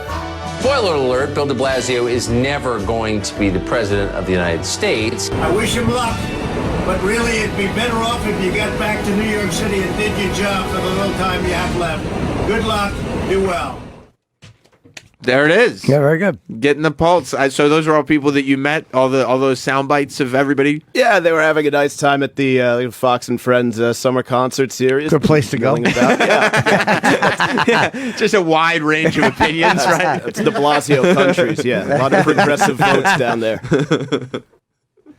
He really is not a likable guy. No, he's not detestable. Just what a douche. What is it about him? I can't figure it out. There's, you know what? The clip that I gave you guys that I think sums it up perfectly for, well, there are a few, but his family has this stupid dance they used to do during his mayoral campaign, and it just sums up everything that drives me fucking nuts about this. The guy. family SmackDown dance? Yes. Can we see that? I have not seen the SmackDown dance. Terrible. I'm sure I'll enjoy it. There it is. Hey, here we go. During the mayoral campaign. I like it's good fun. Yeah, oh yeah. They're a fun family. I'll bet it comes across like it's legitimate, not some publicity stuff. Yeah, no. Oh, yeah. The SmackDown dance. The SmackDown dance. Yeah. Who doesn't have a family dance? You know, did the Nortons have a family dance? We did. What was it called? Human Centipede? Yeah. We always fight for the middle spot. We would always call it the lucky devil spot. Dad's arm around son, son's arm around dad. Husband hugging wife, dad hugging I think you got to go to daughter. 30 seconds. A That's four-way time coded. wife used to identify as a lesbian. The family even has a group dance nicknamed the Smackdown. The Smackdown. Then the entire de Blasio family, including son Dante and daughter Chiara, did a Poor weird kids. gymnastic move that brought huge tears from the crowd. It's enough to make a comedian beg. Adopt me? Now never has It's almost a hair like, been so I've never overdone. hated anything more than the SmackDown. Oh, you didn't like it? Hate it. Horrible. And at the time, I was cutting video for Channel 2, so I had to see that thing throughout the entire election cycle, just multiple times a day. It was just blood boiling. You hated it. Despise. We should have a show dance. You think so? Yeah. I feel like the Got enough people. the SmackDown dance has the integrity of like the dab. You think it could go that far? That should be our dance. You want to just dab? take it? No, we should just do the SmackDown dance with our dicks out. Like Pierce Paris? Yeah, or we'll whatever his name was? all just keep our dicks out. Yeah, like we have Pierce Paris. I'll look at it, or whoever that was who I follow. I don't know. You know, forgot his name. Yeah, exactly. We're all wearing tuxedos with our dicks hanging Yeah, out. pull our dicks out through the zipper and then Yeah. do the fucking SmackDown dance. I mean, those poor kids, those poor de Blasio kids, they're teenagers. You think they want to don't be know any on better. television doing dances with their family? That can't play out It's well in terrible. their personal lives. Terrible. I would say I'm not doing it. Smack- I would tell my dad no. No, Dad, you don't get me anyway. I'm not doing this. You would think that doing the stupid teenagers would have had dance. the presence of mind to be like, Dad, we should not do this. This is a terrible fucking idea. They may just think it's cool. Maybe they support Daddy. Yeah. You never know. Well, Mike, good work out there. Yep. Thank you, guys. Keep getting out there and getting the story, getting the scoop. You know, I it's important. appreciate it. I'm really happy to be here. Good. Well, we're happy to have you. Well, thank you very much. Awesome job. stuff. Good job. Is Pride this week or was that last week? It's the whole month. I don't know when the actual parade of New York is. I think it is this weekend. Yeah. Oh, are you going to interview any people at Pride and ask them what they think about Trump? Or Ooh, that might be fun. yeah, why not? Why not I mean, get some if you're- opinions? Pence is the one they really. Oh, he's the worst. Not a popular boy in that community. Yeah, maybe we should ask about Trump and Pence. I think so. Sunday. If you're just getting non-biased opinions like you did for de Blasio, Absolutely. why not? Yeah, go out and see what they think of Trump and Mike Pence and Pride. You might find some people that like him. Absolutely. I think they will. Good. Mike is out there to get the pulse of New York. Yep. Then you put your finger on something that's throbbing. That's how you get a pulse. It was a big weekend for comedy festivals. Yes. Of course, here in New York, Skankfest went down. You remember we previewed Skankfest here on the did. show last week with the Naked Roast Battle. But I think the big shocker was that Louis C.K. showed up to Skankfest. One of the shows, just as a surprise, they introduced him. What night did he go on? Does anybody know? I think it was, I want to say Saturday. Yeah, it was Saturday. Yeah, I think it was Saturday. Did he do a full set?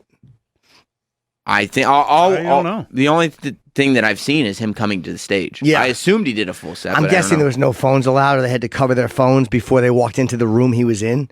People probably had an idea, but they probably said all phones have to go into these cases or you can't come in. Yeah. Did you hear the ovation that he got? Amazing. Oh my god. Amazing. Yeah, we have the video. I sent it last night.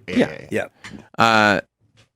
Of just, and it's so funny because you hear people who aren't at comedy shows or don't like comedy or whatever saying that this and that about Louis C.K.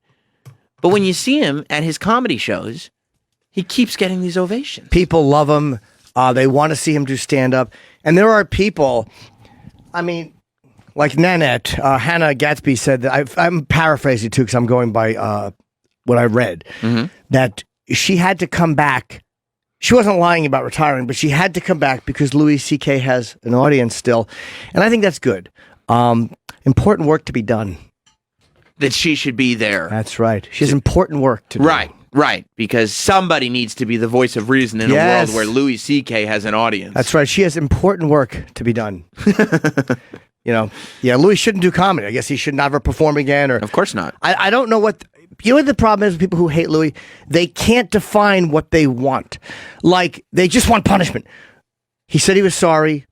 It cost him, what I've heard, $35 million. But, Jim, he had money already, so that's not a big deal. I mean, that's a massive hit. His film didn't go out. Yeah, but he had a tremendous hit he took. Jim, he did other movies before that, so it doesn't matter if his movie didn't come out. And then he comes out and he's just doing stand-up again, and they want to protest him doing just stand-up in clubs.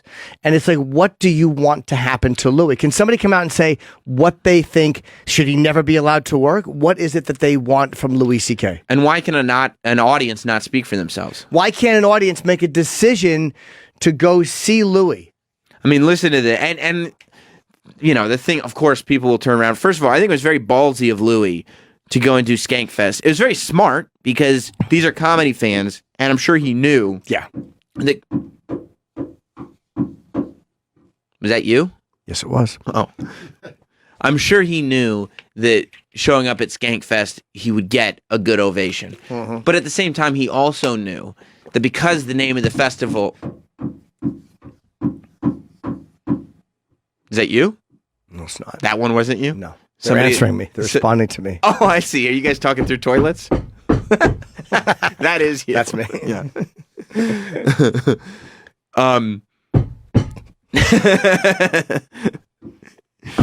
Are you playing Knock 3 Times on the pipe? Yes, I am. Oh, I thought they were. Do you think they're going back and forth? I thought so for a second. Bunch of smart Alex down there. It's just crazy. It's so stupid. But because the thing is called Skankfest and everybody knows what's going to happen, they're going to go, well, of course, Louis would be performing at something called Skankfest. And there were people that were making those types of remarks. And that's why I think it was ballsy that Louis was like, no, I'm going to go to a place where there's an audience that likes comedy. And let's hear what they think. Let's hear how the audience reacted when Louis C.K. was announced. Ladies and gentlemen, Louis C.K.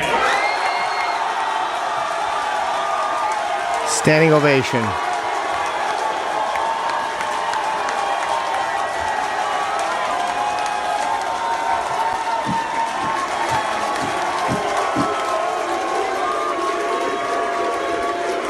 Chanting his name. It was almost loud enough that you couldn't hear the hammering over it. Yeah, that's how loud of an ovation. No, there's no applause loud enough where you can't hear the hammering. Right, yeah. I mean, he could be in the Silver Dome. Yeah. You'd still hear the hammering. So I don't know if anybody was there. Did Louis do a full set?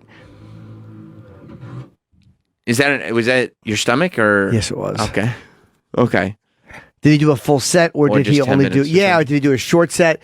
And were the phones forced? Because someone filmed that, but that could have been somebody who. I think Louis put it out. Okay, so probably Louis. I'm going to film when you walk out. Yeah, because I think for a lot of Skankfest they do no phones. Yeah, I mean, I know, like they were talking about for the Naked Roast, they do no phones. Sure. It's just if you're there, you're there. Yeah, they do a great job with the festival. Yeah. Great job. So there were people though that like that video went out and people objected to it. It's just crazy how people want him silenced. Yes, Gage in Illinois. Let's go to Gage. What's up, pal? Yeah, so there's I don't know if I want to say her name or not because I don't want to get her, a bunch of attention on Twitter, but this comedian, I almost said her name. This comedian tweeted basically that if Louis is going to be at the show, she's not going to work there, just anywhere, because the booker clearly doesn't have her best interests at heart or her safety, and she said it's not a censorship thing, it's a workplace safety issue. Mm-hmm. That's the biggest bunch of bullshit. Like, then she doesn't care about, people's safety, because where is he supposed to work then? Even if he's working at a McDonald's, it's going to be a workplace safety issue if that's what the issue is. But it's not. It's just comedians wanting to jump on this and get some internet points for people who are still hating on Louis. Well, had Louis hurt anybody? I mean, physically injured anybody that well, that's what they don't feel safe around him? I don't understand. That's what I wonder. It seems like the narrative of Louis C.K. and what he did keeps expanding. You know what I mean? It doesn't feel like it's based on what the original accusations were. You know, the original things that I guess Louis did wrong was that he made the two comedians uncomfortable by masturbating in front of him, and then he asked coworkers if he could. Yeah, I think he always asked, though. But I think that that's he asked. So it's like, you know, to go so far as to make it seem like he's assaulting people is you know, it takes just away from people who are actually assaulted. And this is why you know there's never going to be a solution to it. Because the criticism at first was, he's not saying anything. And then when he says something, he's not saying the right thing. Like if he addressed it through an apology, that wasn't good enough. And then he addresses it on stage, and people are like, he's glib. See, that's why he probably hasn't talked about it on stage, because there's no way to do it without people accusing you of being glib about it. There's no way to do it without you're going to get shit one way or the other. And he can't work it out. Like he could have these ideas of how he could address it, because he's got to. I mean, if he can address it, it would help in a big way, I think. But he's got to figure out how to address it, and in order to figure it out, he's got to kind of work it out at small stages. But in 2019, that's very, very difficult because everybody's got a audio and video recorder in their pocket. When's if he took the women that this happened to and he had a public apology? He did. He did say sit down the women on camera and be like, "Look, I am sorry. Can you please forgive me?" But that's almost unnecessary. It's unnecessary. But would that stop the bullshit? Absolutely not. Ask Imus if doing Reverend Al helped save his job. Yeah, and it's about those apology. He doesn't owe the public an apology.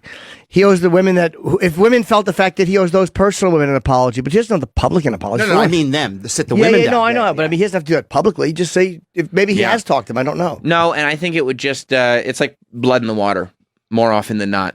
You know, depending on how you apologize publicly, and that's it. All you can do is move on. But the new thing that I read about, you know, all these people that have to do their public apologies is they haven't shown that they've learned a lesson. They haven't shown how sorry they are. They said they were sorry, but I want the apology, and now I want you to show me through your actions and do things to prove that you're sorry. And it gets to a point where you're like, do I just have to live in this constant state of trying to prove to you, a person that wasn't here? I'm not talking about the people who are, you know, who claim to be victims of anything. I'm talking about people who have nothing to do with the situation.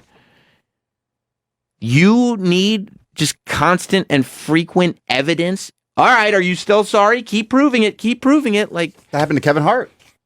Well, Kevin was able to. He was smart, but it keeps going. Right, and that's why he didn't exactly. And that's why Kevin Hart was like, "I'm not playing this game. I'm going to keep doing my work. I told you I was sorry before. I'm not talking about it anymore. No more apologies." And they said, "Well, can you show us what you've done?" He said, "I'm not showing you anything. I'm going to move on." Yeah, he said, "Go fuck yourselves" to the Oscars, which was great. And that's all you. That's all you can do. And you know, in the grand scheme of things, Louis will be fine the same way. Well, in a different way that Kevin Hart was fine, because Louis figured out how to be self-contained before any of this. John in Virginia. What's up, John A?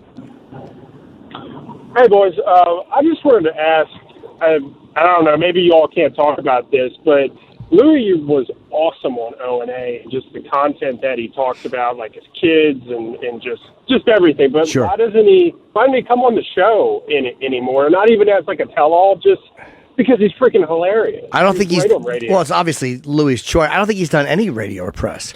No. And I think that's why. And I think he knows going on a show puts the hosts in a weird position because you have to ask about it, and he probably doesn't want to talk about it. I don't think he's done any. Has he done any interviews, John? I don't think he's done one. No, I don't think so. Yeah, I mean, it's one of those things where even if it wasn't the tell-all Barbara Walters interview, he knows. I mean, he's smart enough to know that you'd still, as a show, have to address this or thing. Talk about it. It would be too weird if you didn't. And yeah, and if you didn't, it would still be negative. I think that Louis got a lot to lose and not much to gain by doing press with people that he likes or dislikes or doesn't know or whatever it is, you know? He knows. I saw him recently, and obviously he knows if he wants to come on, he can. Of course. Anyone would have him on. Of course. I already did about 45 minutes. Oh, okay. That's great. So it was pretty much a full set. Yeah, pretty much. Yeah. Yeah, that's a big deal. They all seem thrilled. Those were the two highlights of Skankfest were Louis C.K. surprising everybody and Bob Kelly crowd surfing.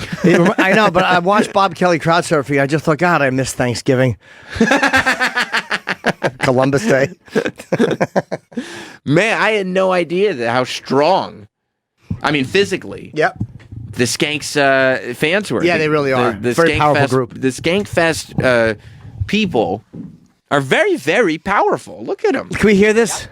Okay. We can skip past the Joe List crowd surfing. Not Yeah, to take because that's easy. I anything mean, away- Joe List could crowd surfing here. Right.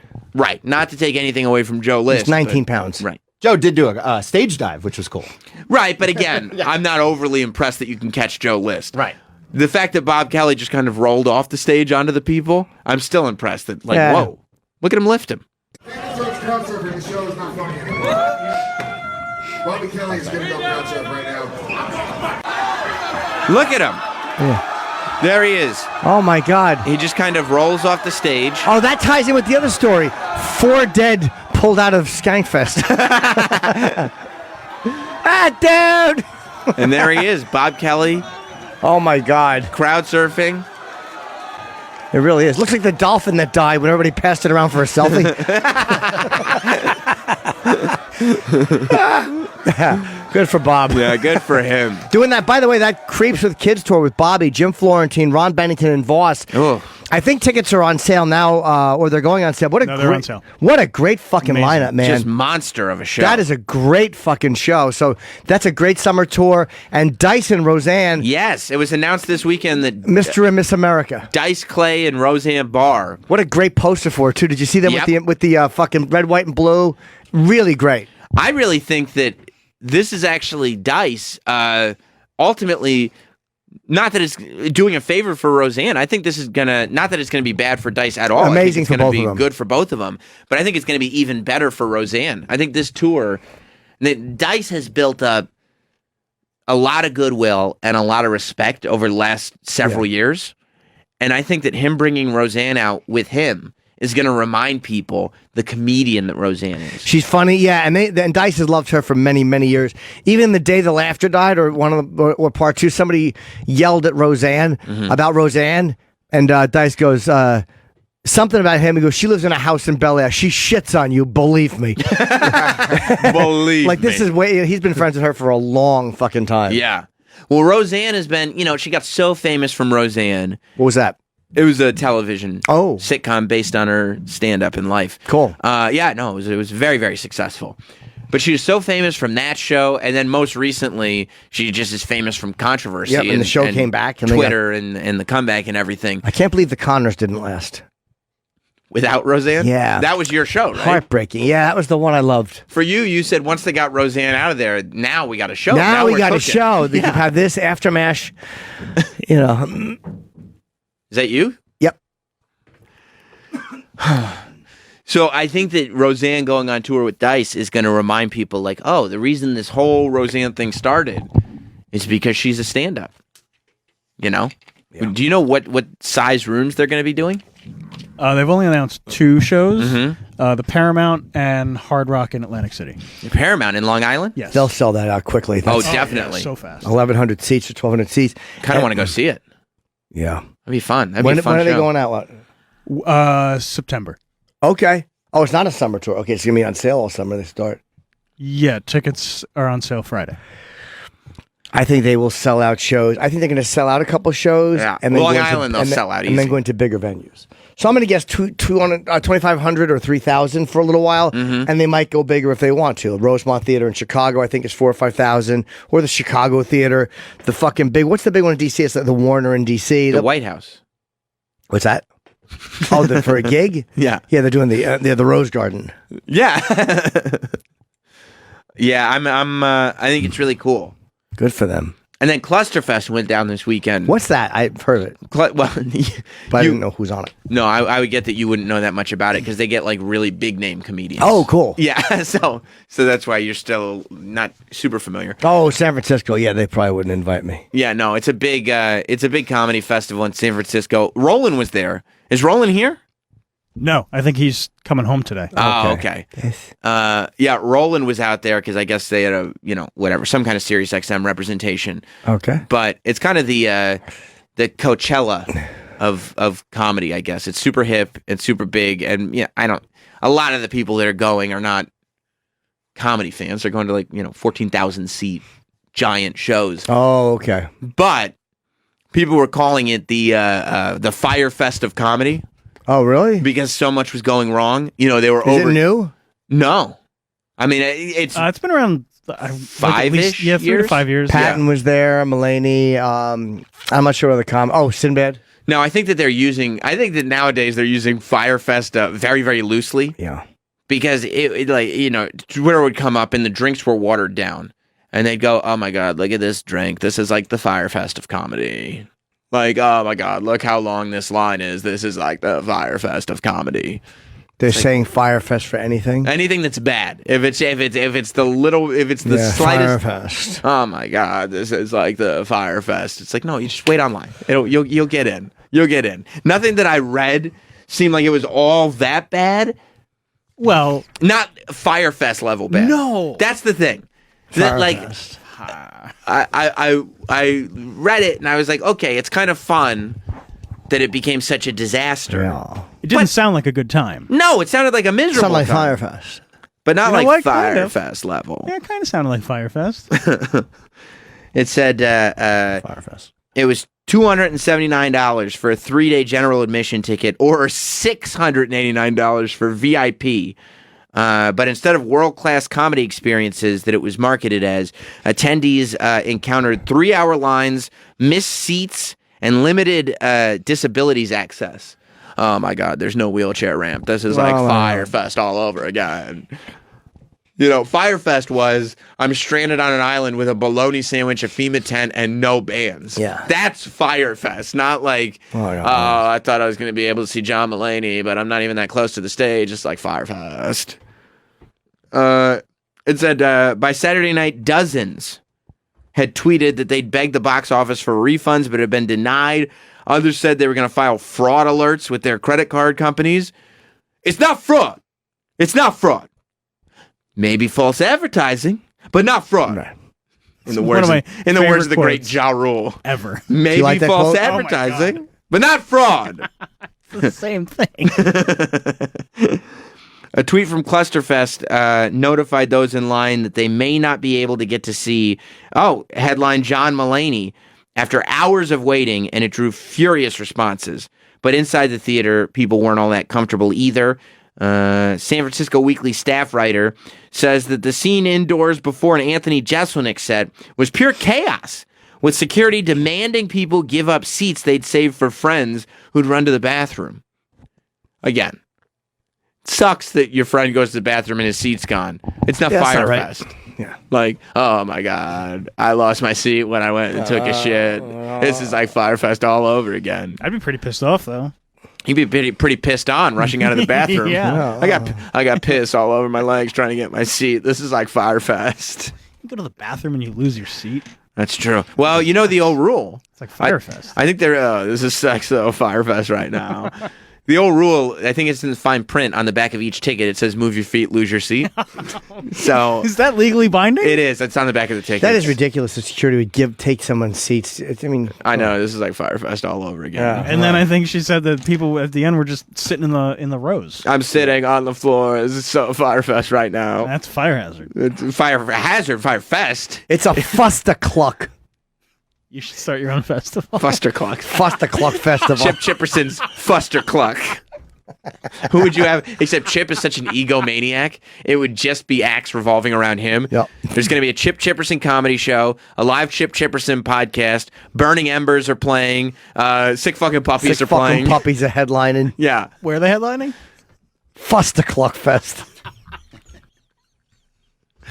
Oh. Get some other comedians. Like who? Dice could open for me. For Chip. Yep. Yeah. Everybody does 5-minute sets except Chip. Yep. He does 2.5 hours. I mean, this is crazy. It says, right after we got there, around 5:30, security started cracking down and yelling at everybody that they can't save any seats. By the time Chelsea Peretti came on, they were letting people sit in between the rows. Oh, did Chelsea do it? I had talked to her a while ago. She wasn't sure if she was going to do it. Good for her. Yeah, she did it. Good. Except she got there and she was like, oh my God, this is just like Firefest. Yeah, she had. We talked probably 5 months ago, and she's like, I'm not sure if I'm going to. Good for her. Yeah. One of the big attractions was they had, I don't think it was the original set. It was a set to look exactly like Seinfeld. So even if you couldn't go see the comedy shows you wanted to go see, but if you wanted, you could walk into the Seinfeld apartment. I would have just hung out there. You would have? Would you have sat on Jerry's blue couch? I did when they did the installation in New York a couple years ago. Were you like, this is what it was like? This is just like the thing I saw on TV. Kramer would come in through there, and George would sit there and watch TV with me. It was great. You'd actually go. You went to the Seinfeld house? Well, yeah, because when they signed with Hulu, like Hulu did this exact thing. I can't even like get downtown. I can't even get into the Seinfeld house. It's taking like half an hour. This is just like Firefest. That would have been terrible.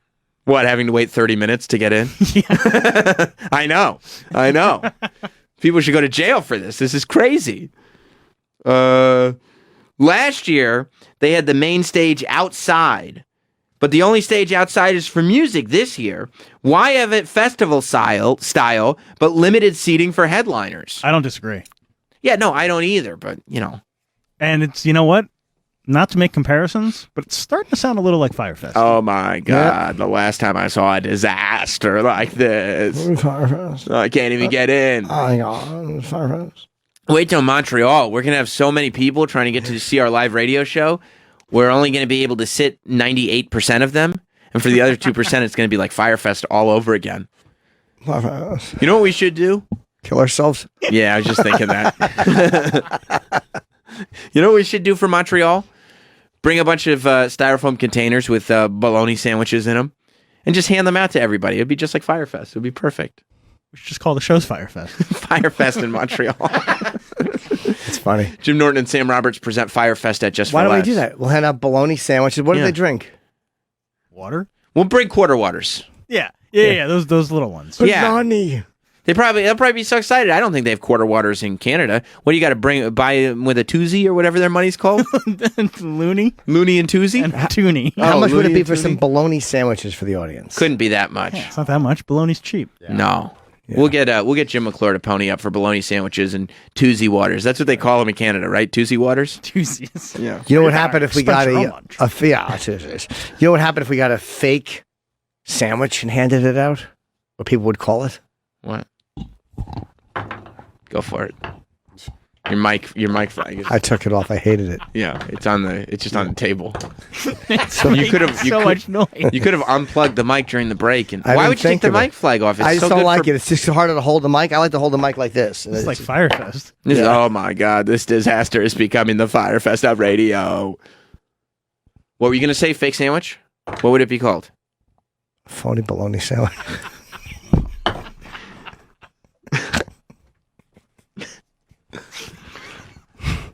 It was worth it. It was very, very much worth it. The huge line waiting for the first Mulaney show was denied entry, as everybody from previous Chelsea Peretti shows just stayed in their seats. Those folks have been in line for hours now. So people were mad. They had to wait in line at Clusterfest. You didn't even get in. Yeah.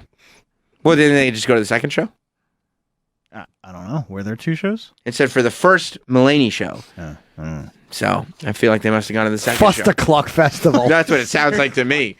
A live podcast and a show. Yeah. Some rock. Bowling.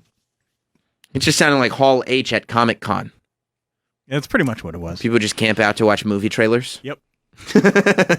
I'll never understand that. No, just go on YouTube. Yep. They got them. Although, let me tell you something. I saw a trailer for a movie I hadn't even heard about, and I can't wait. You watched that I sent? Oh, yeah. No. Star Wars, I started crying during. Ew. What a douche. Oh my God, it's so beautiful.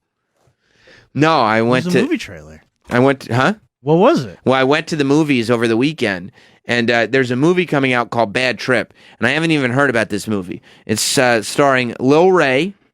That's his name, right? From Yes. Yeah. He was in Get Out. He played the friend and the airport cop. He was great in that. Get Out.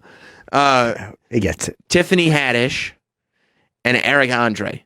Okay. And I'm watching it going like, okay, it's like what I've been wondering what Eric Andre is doing because he hasn't done a TV show in a while. And they do this, it's kind of in the vein of Borat, where they're telling a narrative, but clearly the narrative is just kind of pieced together because the whole movie is basically stunts that they film in front of people who don't know that they're shooting a movie. So, I mean, I wasn't in until you said Eric Andre. Yeah, and it's Eric Andre doing these like ridiculous stunts in front of people who don't know that they're filming a movie, and it looks so goddamn hilarious. Let me say a little bit. A little bit, okay. The following pranks are performed by professional actors on real It's called people Bad Trip. who are in for the surprise of their lifetime. Enjoy your trip. Okay, so you can see hit pause. Eric Andre's it's at a car wash, and you can tell it's at a real car wash. The cameras do see. It's not like they're using real movie cameras, right? They're clearly far away, hidden cameras. They're far away. The lighting is not great. It's natural light. You know, everything adds up, right? And so Eric Andre is in this car wash coverall, and the guy drives up to get his car washed. I do the interior. Can you just hit that on switch? Shit, what the fuck? Oh my god, turn it off! What did you press? Oh shit. So Eric, I had him push the button on the car vacuum, and the vacuum sucked his coveralls off. Naked. He's naked under there. I mean, come on! I swear to God, as soon as I'm sitting in the movie theater yesterday, and as soon as I saw that one scene, just the beginning of it, I was like, "Holy shit, laugh? I'm in!"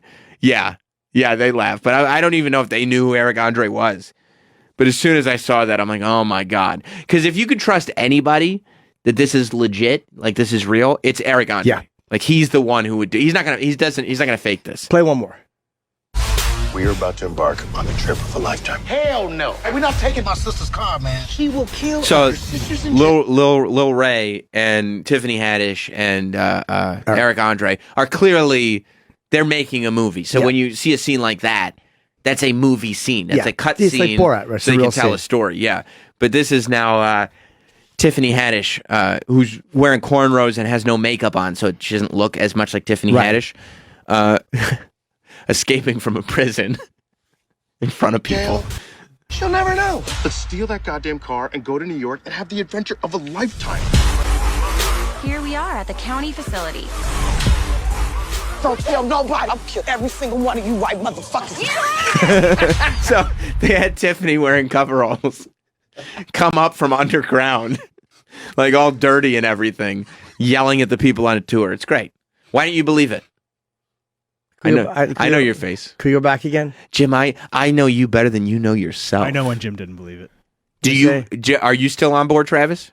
I'm on board because it's Eric Andre. Exactly. And I agree with you that at least Eric Andre's stuff in this movie is 100% real. Well, I don't think Eric Andre would. Aside, like I think he's a producer on this and everything. Okay. Like I don't think he'd be a part of this. I mean, and I'll see fake anything it. that he's doing. Yeah. Have the adventure of a lifetime. Here we are at the county facility. Okay. Don't tell nobody. I'll kill every single one of you white motherfuckers. Okay, hit pause. Jim. The camera work. Yeah, but I mean, it's not done with movie cameras, right? So don't you think, like, if you're putting a tour scene together, you could put a guy with a video camera? Sure. Like, That's a good point. like it would make sense if, like, you could do that. That's true. Yeah, because the people that are there looking at the prison are on a prison tour. Oh, yeah. So my assumption was that they just had one of their people join the tour and have a camcorder. Sure. Okay, yeah. That makes sense, right? It does. Okay, good. We're back on board? I'm not sure yet. There's plausibility. Sure. Let me see one more. Okay. Either way, it's still funny. Holy shit. Okay, how about that one? That one was a guy breaking into a cop car, pulling the door off, and driving away. And the camera's right on the guy, and the audio's perfect. Well, they're mic'd. That looks like a surveillance camera. Yeah, and the people are mic'd. The cop's an actor. Yes. Yeah. This guy. That looks like a surveillance camera. Yeah, and the audio could be picked up in Let that me hear room. Yeah. Oh, hang on. Maybe. I'll see it. Holy shit. There's room noise with that holy shit. The echo is not an onboard mic. All right. There's room noise with it. Maybe. I'd like to make a toast to my best friend, Bud Malone.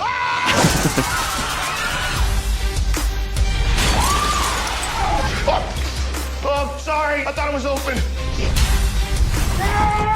Oh, thank you. Oh my God. So, I mean, this doesn't play that well on the radio because there's just a lot of, whoa, uh-oh. They're falling. He's in a porta-john, which is very funny. Right, yeah. The last set of the trailer is a lot of clips of people falling down, which, yep, that's funny. It still looks very funny. I enjoy people falling down. And there could be, when they did Borat, not all the pranks were legit. So, Roland's here. Oh, yes. Roland, you were at you survived the Fire Fest of Comedy Clusterfest. I had a fucking blast. It seemed like it was totally fine. Like, we were just saying that now, whenever anything goes wrong, like I had to wait in line for too long, my seat got taken from me. Oh. They go, this is Fire Fest all over again. Pop Culture Fest. Pop Culture Fest, you said. Cluster. It's fun. Shit happens. You enjoyed it? I had such a fucking good time. People say hello. Patton Oswalt, Jeff Ross. Oh, love them. I saw Mulaney, Amy Poehler. So you didn't get Fire Fest vibes from it. Everybody seemed to be having a decent time. Everyone was great. Mulaney, I think probably because Mulaney sold out 3 shows back to back to back. Mm-hmm. The crowds were like insane. So this is what they were saying, that instead of doing it outdoors, they did it inside. The big headliners were inside. Yeah, I saw Lenny Marcus. He opened up for Leslie Jones. Oh, Lenny's. How's Leslie? I haven't seen her live in a while. Lenny is so good. It was outside, so Lenny played in front of like 8,000 people outside. He did good? Yeah, he crushed. Yeah, Lenny's really funny, man. Yeah, Stefano's like the toast of Comedy Central. They love him. Do they? Oh, my God. Everywhere. Chris.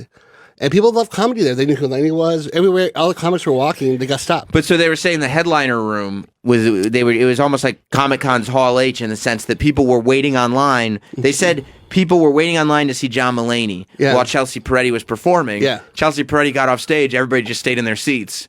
And then the people waiting online, they couldn't get to see John Mulaney. He did 3 shows, so like people, he did everything. He crushed. So they would just have to wait for the next show. Yeah. It's like when Sebastian did the Garden. You have to wait till everybody clears out. Some people are slow. Yeah, they're drunk. Did you see a lot of shows?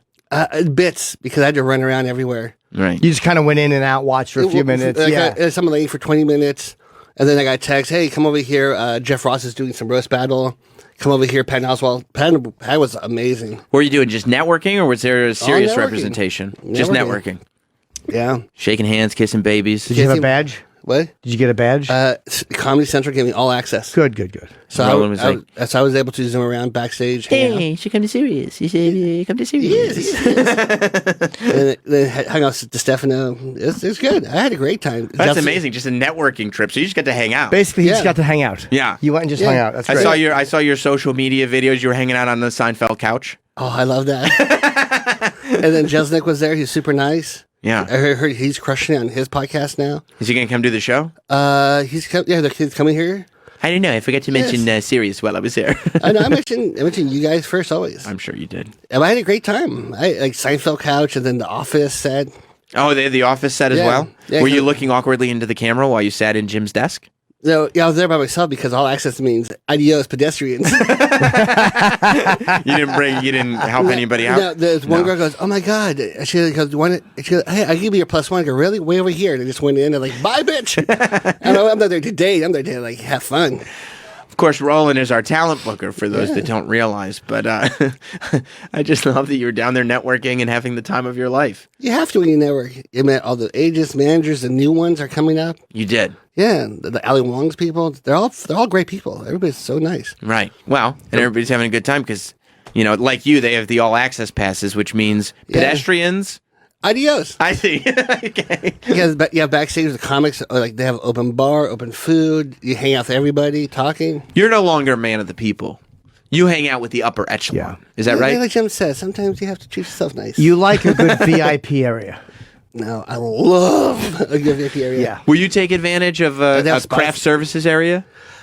I molested that place. You did. Oh yeah. You did. You assaulted it. I was Catholic priested the fucking craft table. I was congested. Still ate the cheese. You did. You gotta live life. Good. You have to, right? YOLO. That's right. That's exactly what Drake was talking about. Eating cheese, no I matter did see what. a homeless guy walking back to the hotel, taking a shit in his shoe, then putting his foot back in the shoe. You did? Yeah. Why would he put his foot back Probably in the cold, shoe? warm as I was toast. staring at it. He was In San staring at that Francisco? boy. It ran away quickly. Smart. It was a nice cool breeze too. Now I have to believe you, Roland, based on your physical fitness. I do not believe you that you ran away quickly. That's true. No, Compared to maybe You your walked normal away movement. slowly. Yeah. I was wearing shorts. I swiftly, as fast as I could. Okay, expeditiously. But I did have to take a break in the middle of the streets because it was a long Okay. crosswalk. But yes, So while you were networking with some of the big comedy executives, you were wearing gym shorts? that is correct. Okay, that's But you know good. what? They always remembered me. Hey, buddy, come over here. See, Right. See Yes. that? I remember you wear shorts. The short guy, because everybody was wearing. It was cold, windy. You didn't care. I was fucking hot, dude. You were. Yes. You have a high body temperature. Yeah. I see. They got a little shot of vodka because Jeff Ross passed the vodka out. Like, can't be rude. Look at you. You know, Roland used to drink a lot. Yep. And he doesn't really drink very much Yeah, anymore. just one shot. It kept you warm all night. He did. Yeah. It was a lot of fun. Good for you. I'm glad So, you had a... you guys should go to Clusterfest and broadcast. I mean, the crowds are amazing. Yeah, I would absolutely do it. I've heard it's like the Fire Fest of comedy. so- Yeah. I mean, we'll definitely probably get tickets for Fuster Cluck. Have you heard about Fuster Cluck? No. It's a Chip Chipperson comedy festival Fuck yeah. where all the events are headlined by Chip Chipperson. And Jim will be there to slam his mic flag against the table for no reason. No, I'm just trying to lift this. I like it. Let's break because I want to take this off and I got to go to the bathroom. You want to take what off? Your pants? This thing. Oh, because you held up your belt loops and you said, I want to take this off. Yeah, I meant this. Oh, okay. All right, good. I enjoy All right. the mood lighting in here, too. Jim turned it red. Oh. Stupid. That's right. I like It's dumb. Thank you. We'll take a break. We'll be right back. Stay tuned. Indeed. Him at all. Okay. What about the judge? Maybe. Okay, do we have a little production for Worst Weekend in the World? Let's find out who had the worst weekend in the world. There was a 33-year-old guy who's on trial for burglary. Yeah. In a wheelchair. And there was video, and I want to see the video. I've not seen the video.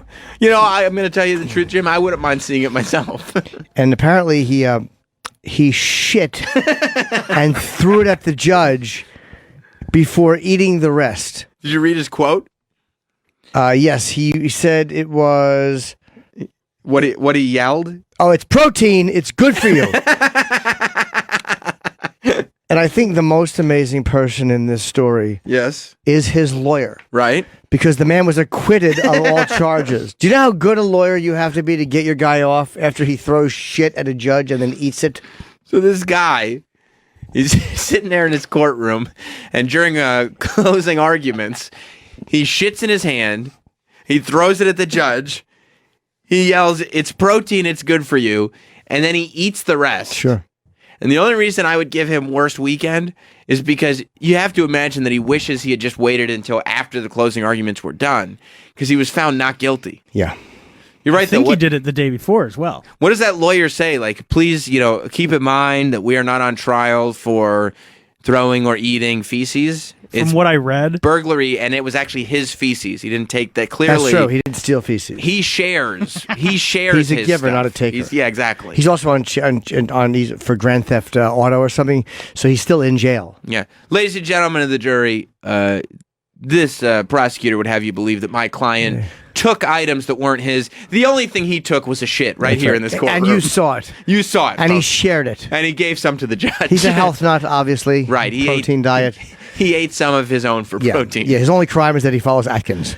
Is there protein? He would be a great act at Fuster Cluck. Oh, yeah, he would. He's going to fucking throw duty at you. Yeah. It's nutrition advice. You should get it's on like the Gallagher. You fucking wear an outfit, he throws duty at you. Get on the Dorleans diet. It's a heavy protein diet. Is there protein in doo-doo? I don't know. I didn't know. It depends on what you ate before. If you ate a lot of nuts before. I guess so. Maybe if you're taking like protein shakes. Hey, can we hear? I want to hear him saying. I want to see this video. So yeah, I read that the jury was not in the room. You would think that the prosecutor, the prosecuting attorney would bring up, hey, by the way, before I start my closing argument, while you guys were gone, This man took a shit in his hand and threw it at the judge. Objection, Your Honor. Oh, excuse me. And he also ate some of it. See, the jury, though, probably smelled it on the judge and were like, oh, fuck this. And they just said not guilty to get out of there. Did the judge shit? Did the judge just pass gas in here? Does anybody else smell that? Can we see him throw duty? And said the defendant had been sitting in a wheelchair to the right until a bailiff suddenly called out to the justice and urged her to seek shelter, I guess because he saw him shitting in his hand. Witnesses say they watched on in horror when moments later, Philidor appeared to eat the feces as officers worked to restrain him. Yeah. So they're trying to hold him down on the ground, and he's just trying to have a snack for himself. Shockingly, this happened in Florida. Yep. Which is, I couldn't believe.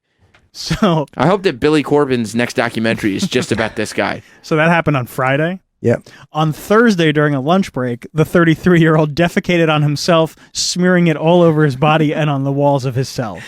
You know what happened? Shit, this guy. At the beginning of the case, his lawyer looked at him and said, look, this is going to be a tough case. You're going to have to learn to eat shit and like the taste. And then his lawyer said, look, Judge, I'm sorry. I gave him terrible advice. An entire wing of the second floor of the building had to be quarantined off and disinfected. You mean because of all the doo-doo? All the doo-doo. Let's hear it. Here we go. Is there no audio? Oh, there you go. I guess this is slow-mo, so we can really see the projectile duties. He's just... I don't see him throwing the shit. Maybe they got him right after he threw it. That's him being restrained.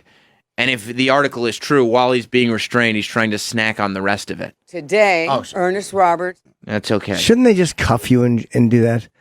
What do you mean? Or if you throw shit at a judge. That's not humane, Jim. Shouldn't the penalty be that we put your hand on a piece of concrete and hit it with a hammer until all your fingers are broken? Oh, Jim, what type of savagery is that? It's not. It's if you don't know enough to not shit in your hand and throw it at people. He ate some, too. Undeterred by Philidor's actions, the lawyer proceeded with the trial in a separate room while the original setting was closed for cleaning. So the jurors knew that it had happened. Something happened. Yeah, because something happened. The juror, we're going to move you to a different courtroom. There's duty in the court. There's caca-doo-doo all over it. We're not going to tell you how it got there, though. Yeah, listen, we're not allowed to say how, but somebody threw shit at the judge. Yeah. And the prosecuting attorney in his final remarks were saying, like, look, we can't tell you why there's all the caca in the other courtroom, but you think I did it? That's what he said. Me. Yeah. I doubt it was me. I mean, it says after just 1 hour deliberation, the jury returned a verdict of not guilty for the burglary charges. That is a good judge. It proves that and a good lawyer. Yeah, it proves that the system is not broken because he really wasn't on trial for throwing shit in his own trial. Yeah, it was burglary.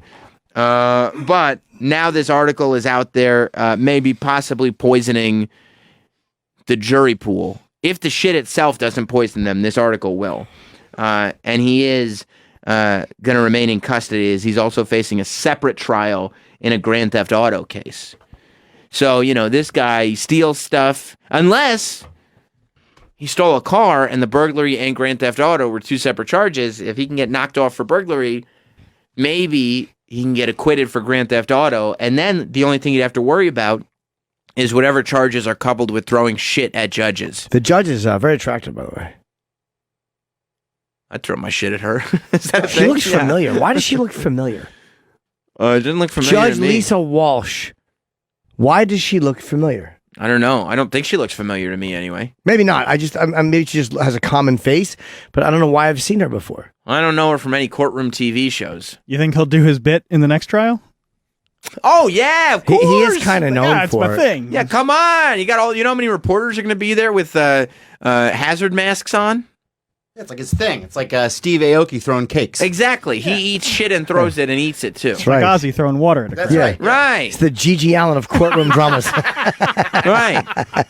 He's like, oh, you thought I had a handful of shit, but this time it's just confetti. And then, oh, here's the other hand. This time it's real Dorleans and the Murder Junkies. Yeah.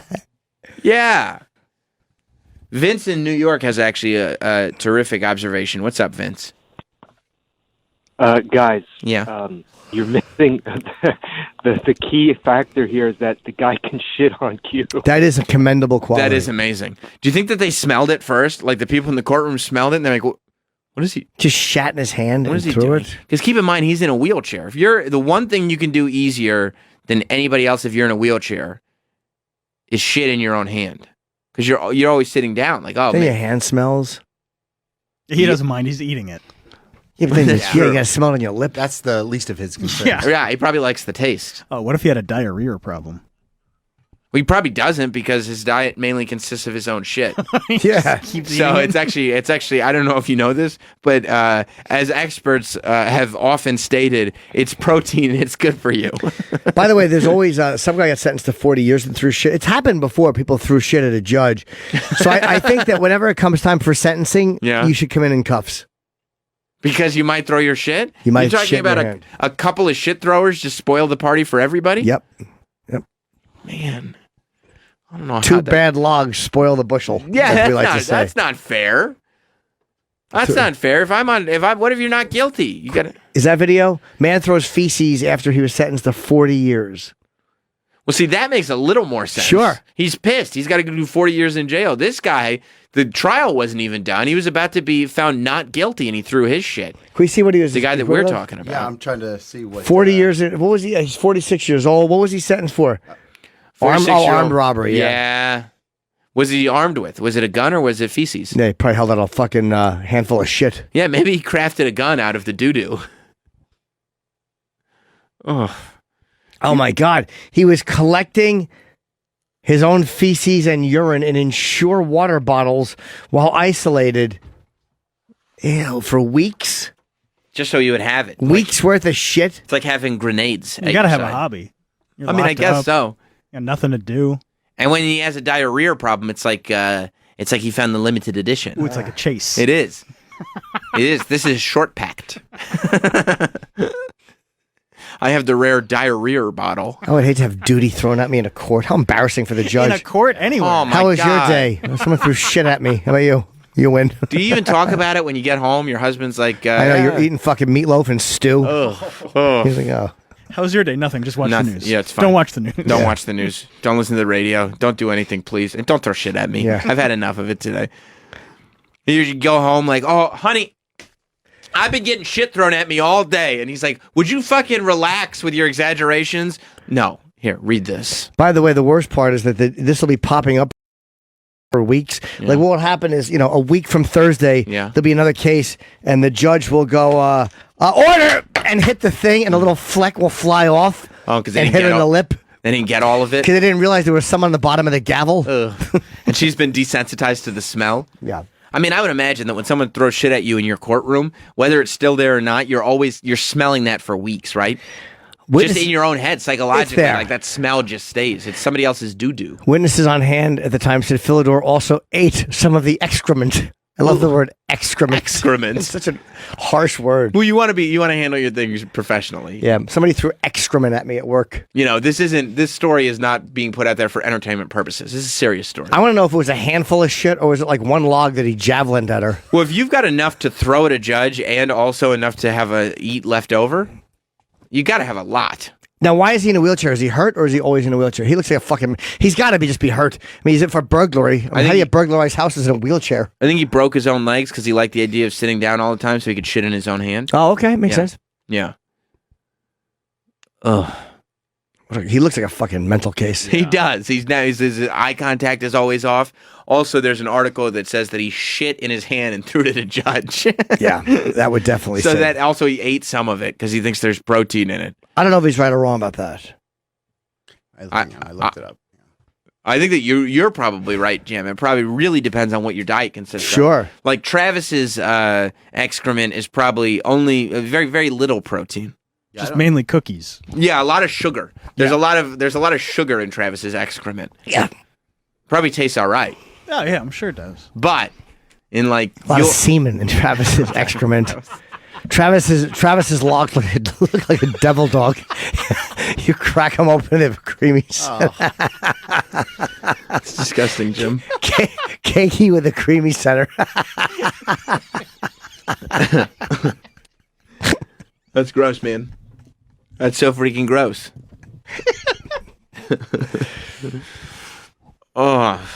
I don't know why we're just taking this guy's word for it that there's protein. He would know. Would he? He's a connoisseur. It says fresh feces. This is good. This is important. Is about 75% water. I didn't know that. Oh, we should just call Dr. Steve. I'm sure he knows. Yeah, hurling excrement. I did that in college. It's actually quite tasty. Fraternity, we had to hurl excrement at a jurist. It's like 25 to 54% bacterial biomass. Oh, it's between 2 and 25% protein or nitrogenous matter. So there could be 2 to 25% protein in each log, I suppose. Okay, so he's not lying. There is some protein, but I do think that he's got his medical information skewed when he says it's good for you. Well, the wind resistance will a lot of times cause feces to slow down when you hurl it. I was on the feces hurling squad in college. He probably was. Yeah. Physics, we did tests with it. We put some feces in the Hadron Collider. No, there's a special glove. You Yeah, wear it's a glove. you wear a special glove. Yeah. And you lick it clean. It's like a deli glove. You lick it clean afterwards. Yeah. Yeah. It's actually quite tasty. Yeah, it was part of our initiation. You have to hurl feces at someone in the legal system. Yeah. You hold the feces with the glove, and then you turn it inside out and wear it like a hat, like Howie Mandel. Yeah. Yeah. And I would always have a good wind up like Louis Tiant. You think Steve did that? Dr. Steve did that in college? Yeah.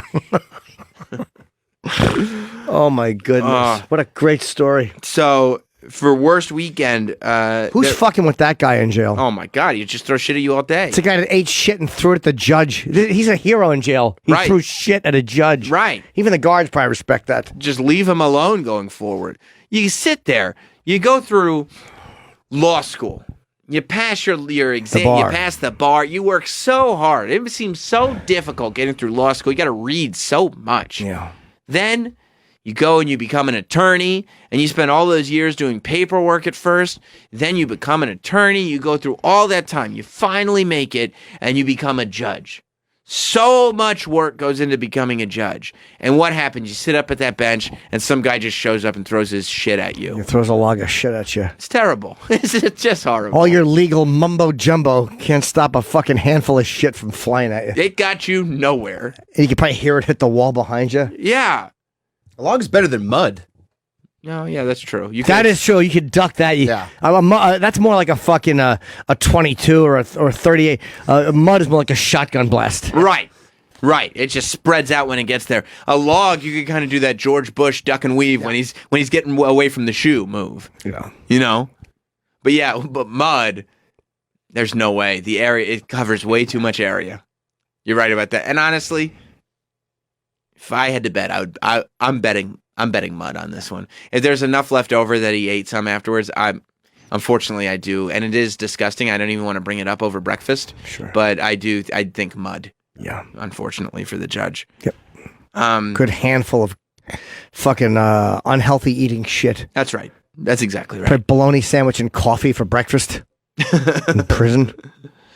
I thought that the NHL commissioner had a pretty bad weekend. I didn't realize that people hate that guy. I thought that Roger Goodell kind of took the title as the the organization leader that people just can't stand. Right.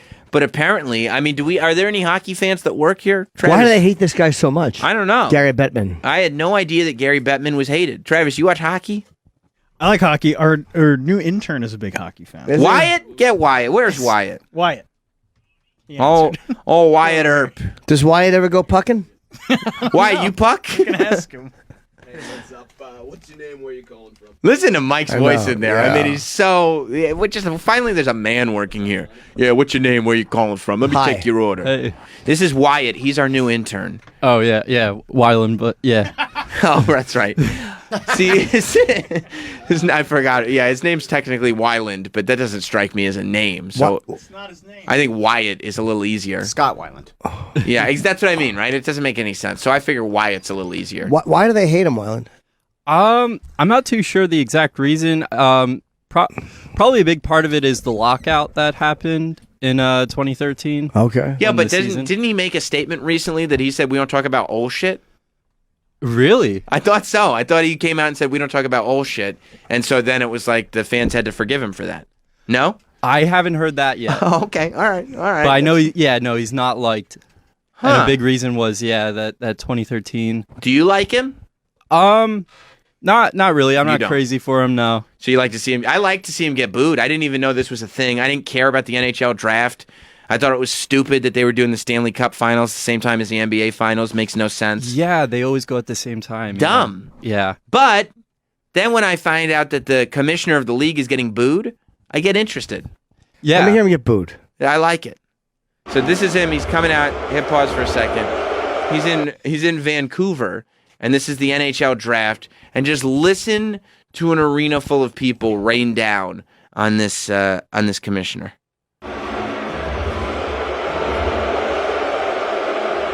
Hello, Vancouver. Whenever I come here, Isn't that great? I love when they won't give him an inch. Because he's trying to just get them. All right, I'll ride this out. No, you won't. Yeah, I mean, it is consistent. Yep. the emotion and the passion. Wait, I have something for you, which I think will change the mood. Funny if he shot himself. He walked away. They're cheering. Isn't that amazing? They're cheering. Hit pause for a sec. Isn't that great? That's my favorite part. That he walks away and they start cheering as he leaves. Like, how do you do? Everybody's there because they're fans of the league. They want to see the draft. They want to see who their favorite team gets. How do you do a draft and how do you celebrate a league without the commissioner being there? Just seems unfair. What's he bring out? Wait, you'll see.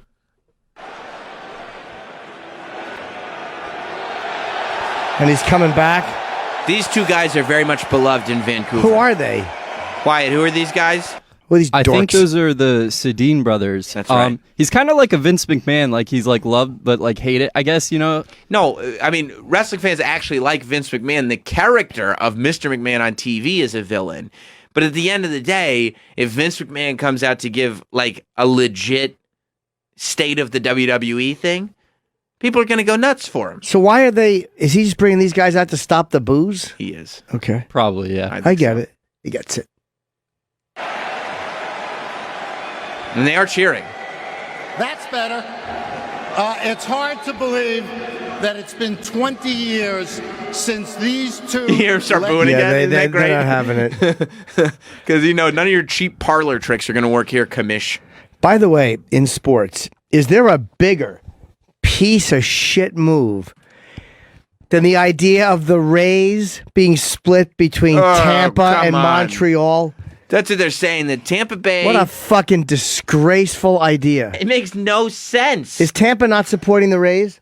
No, nobody goes. Then stop putting fucking franchises everywhere. I mean, both Florida teams, they're last in the league in attendance. Nobody Well, I mean, that's what they deserve. See the Marlins? Nobody wants to go see these fucking teams. No. They shouldn't be there. And the Expos could not be supported. People didn't go see them. They don't care. That's the other idea. Like, everybody that wants baseball back in Montreal, like, they just want it because it's nostalgic. Like, once they're not good, no one's going again. Shared custody of the Ray. What I mean, a fucking that's terrible idea. Awful idea. So that's this idea that's being proposed because Tampa's having so much trouble with the Rays and Montreal is pretending they want their own baseball team They again. do. They legit want a team again. Well, tell them they could pick a language.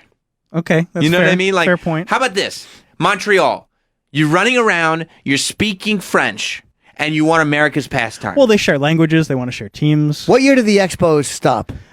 Geez, that was about, 10 or 15 years Yeah, ago? they can't support a team, so No, they don't get a fucking team. I don't think any team, any city that lost a team should get one back. Agree. There's plenty of U.S. cities that the Rays could move to. Sheboygan? instead. Sheboygan is number one on the list. Yeah. Albuquerque. Yeah, I would love to go to Albuquerque to watch the Rays. I would do that. No, but What I mean, about- like Vegas, Nashville, Charlotte. Those are all places that could. Yeah, I mean, what? That could get a team and support it better than Tampa Bay / or maybe all three.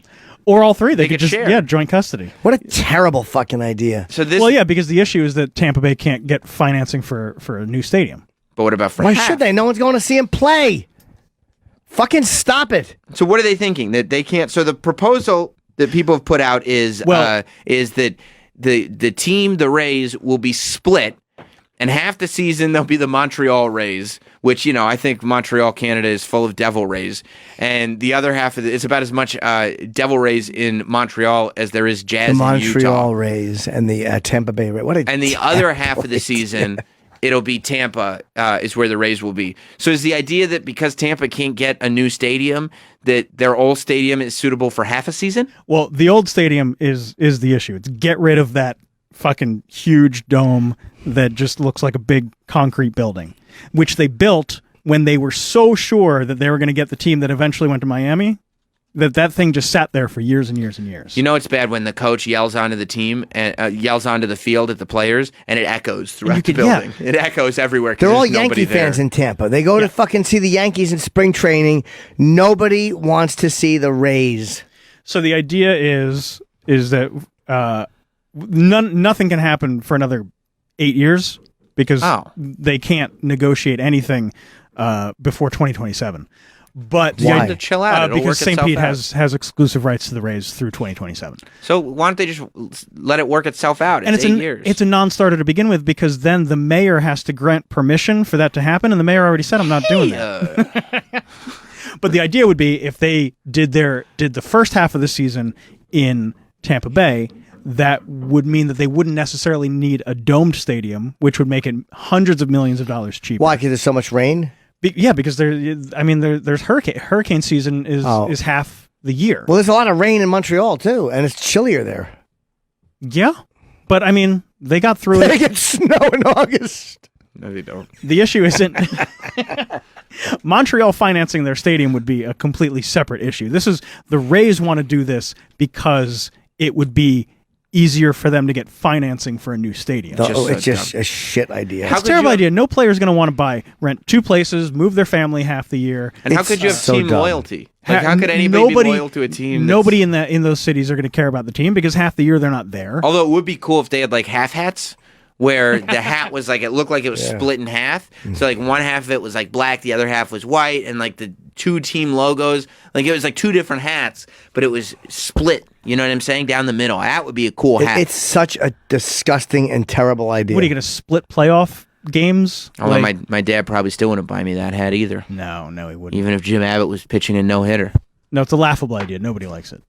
It's a terrible idea. Speaking of pitching, you see Mariano Rivera at the Yankees Old Timers game? He did. He still got that fire, Still got it.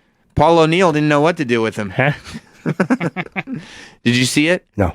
People loved it. I mean, Mariano Rivera was back to being a major celebrity, not just in New York, but everywhere.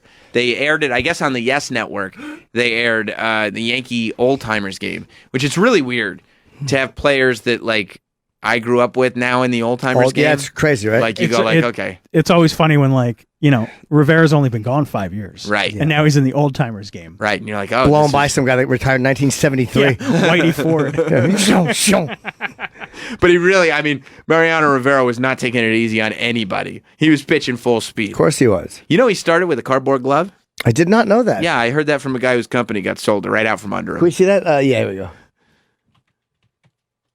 Well, you want to see the pictures? Yeah, I want to see it, yeah. Yeah, we have to wrap up, so I want to see this. The clips ended up going pretty violent. You looked at Mario Rivera.